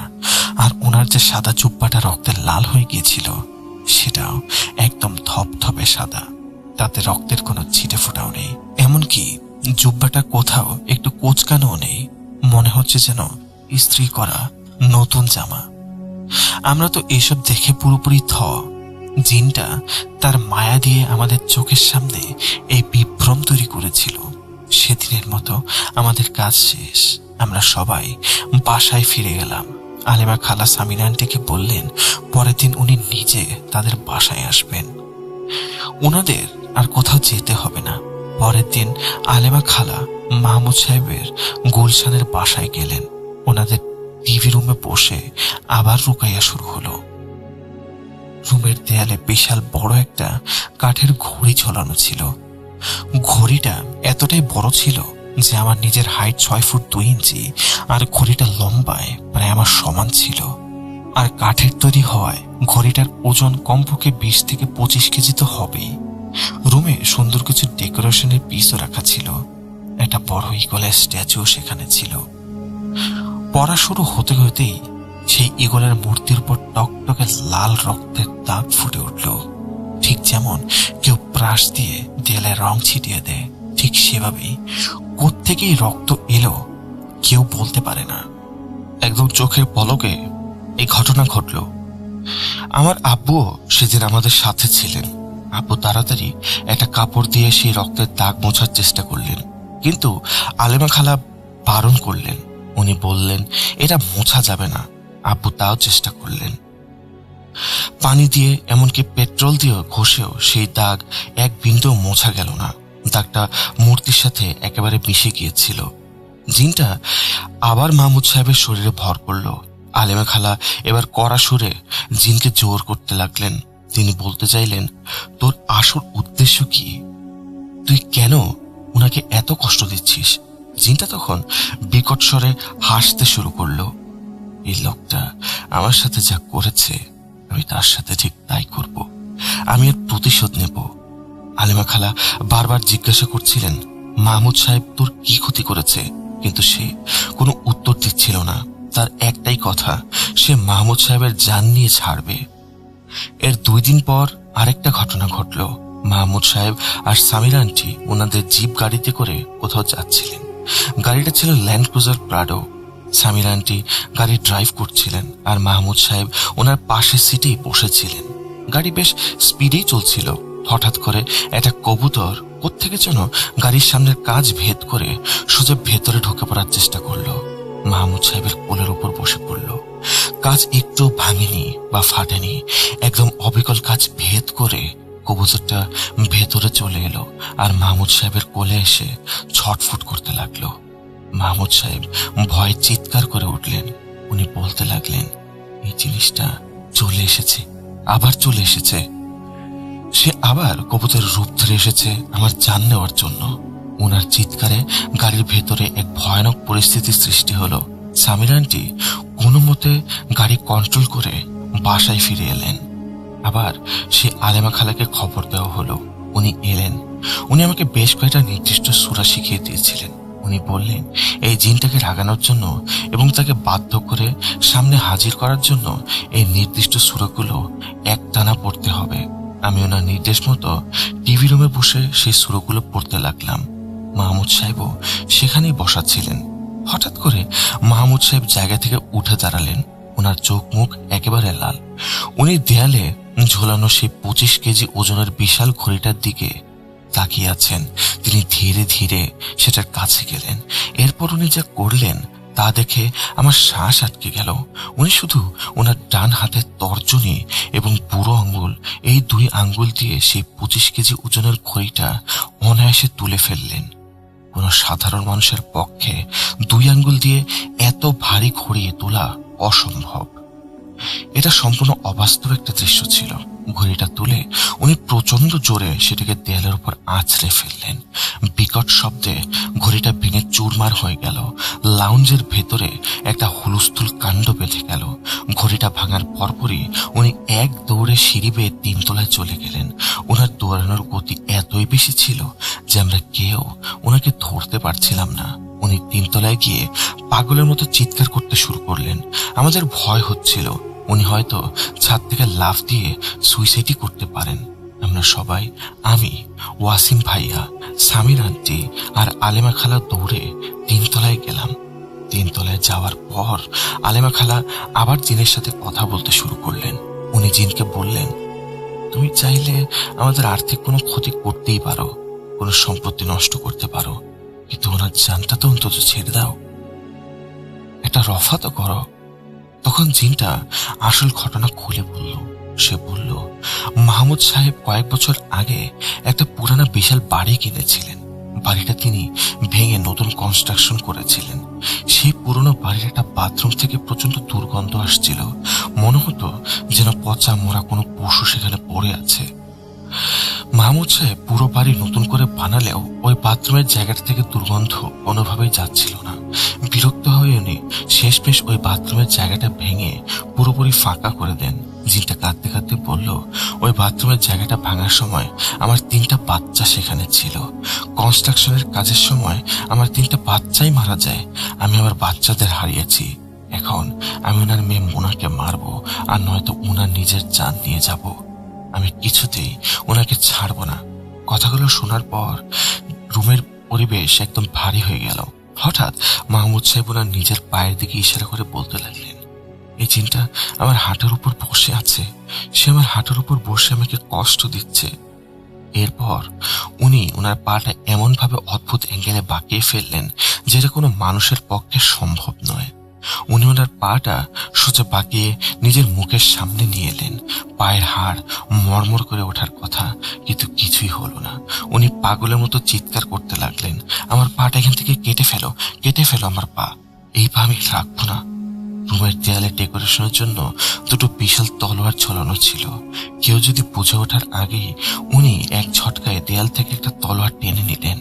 তারপর সেই তলোয়ার দিয়ে নিজের হাঁটুর উপর সজোরে কোপ বসালেন। তলোয়ারটা ওনার হাঁটুর মাংস ভেদ করে একেবারে হাড় পর্যন্ত ঢুকে গেল। ফিনকি দিয়ে রক্ত ছুটতে লাগলো। রক্ত দেখে আমরা সবাই জমে গেলাম। সামির আন্টি জীবনের ঝুঁকি নিয়ে দৌড়ে গিয়ে ওনার হাত থেকে তলোয়ারটা ছিনিয়ে নিলেন। মাহমুদ সাহেব মেঝেতে পড়ে গিয়ে ডুকরে ডুকরে কাঁদতে লাগলেন। উনি শুধু একটাই কথা বলছিলেন, আমাকে বাঁচাও, এই জিনটা আমাকে মেরে ফেলবে, এই জিনের হাত থেকে আমাকে বাঁচাও, দয়া করো আমাকে, সে আমাকে মেরে ফেলবে। এর কয়েকদিন পর জিনটা তার প্রতিশোধের প্রথম ধাপ সম্পন্ন করে। মাহমুদ সাহেবের মেয়ে মোনা একদিন নিজের ঘর থেকে বের হয়ে সিঁড়ি দিয়ে নিচে নামছিল। হঠাৎ কেউ যেন তাকে পেছন থেকে সজোরে ধাক্কা দেয়। মোনা সিঁড়ি থেকে গড়িয়ে একদম নিচে পড়ে যায়। মাথায় প্রচন্ড আঘাত লাগে তার। তড়িঘড়ি করে তাকে হাসপাতালে নেওয়া হলে ডাক্তার জানান, আঘাতের কারণে মোনা তার 2 চোখের দৃষ্টিশক্তি চিরতরে হারিয়ে ফেলেছে। এই মর্মান্তিক ঘটনার পর মাহমুদ সাহেবের জীবনে এক অদ্ভুত নীরবতা নেমে আসে। এরপর একটানা কয়েক মাস ওনার সাথে অস্বাভাবিক কোনো কিছু তেমন ঘটেনি। উনারা সুস্থ হয়ে উঠলেন, স্বাভাবিক জীবনে ফিরে এলেন, অফিস যাওয়া শুরু করলেন। কয়েক মাস পর ওনারা সপরিবারে পবিত্র হজ পালনের জন্য মক্কায় যান। হজরত কাবা শরীফের চত্বরে বসে ওনারা ইবাদত করেছিলেন। হঠাৎ করে মাহমুদ সাহেব সেখানে বসে আবার চিৎকার করতে শুরু করলেন।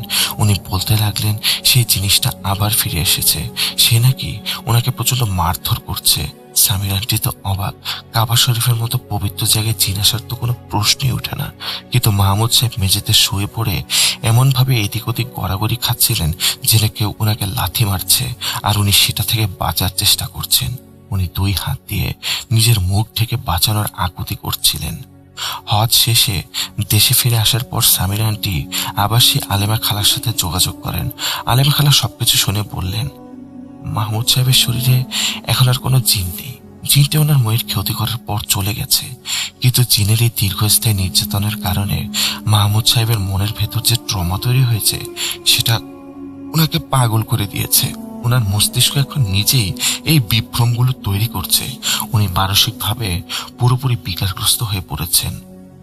এরপর মাহমুদ সাহেবের উপর আর কোনো জিন আক্রমণ করেনি, কিন্তু উনি আর কখনো পুরোপুরি সুস্থ জীবনে ফিরতে পারেননি। সেই ভয়ঙ্কর ট্রমা ওনাকে সারা জীবন তাড়িয়ে বেরিয়েছে।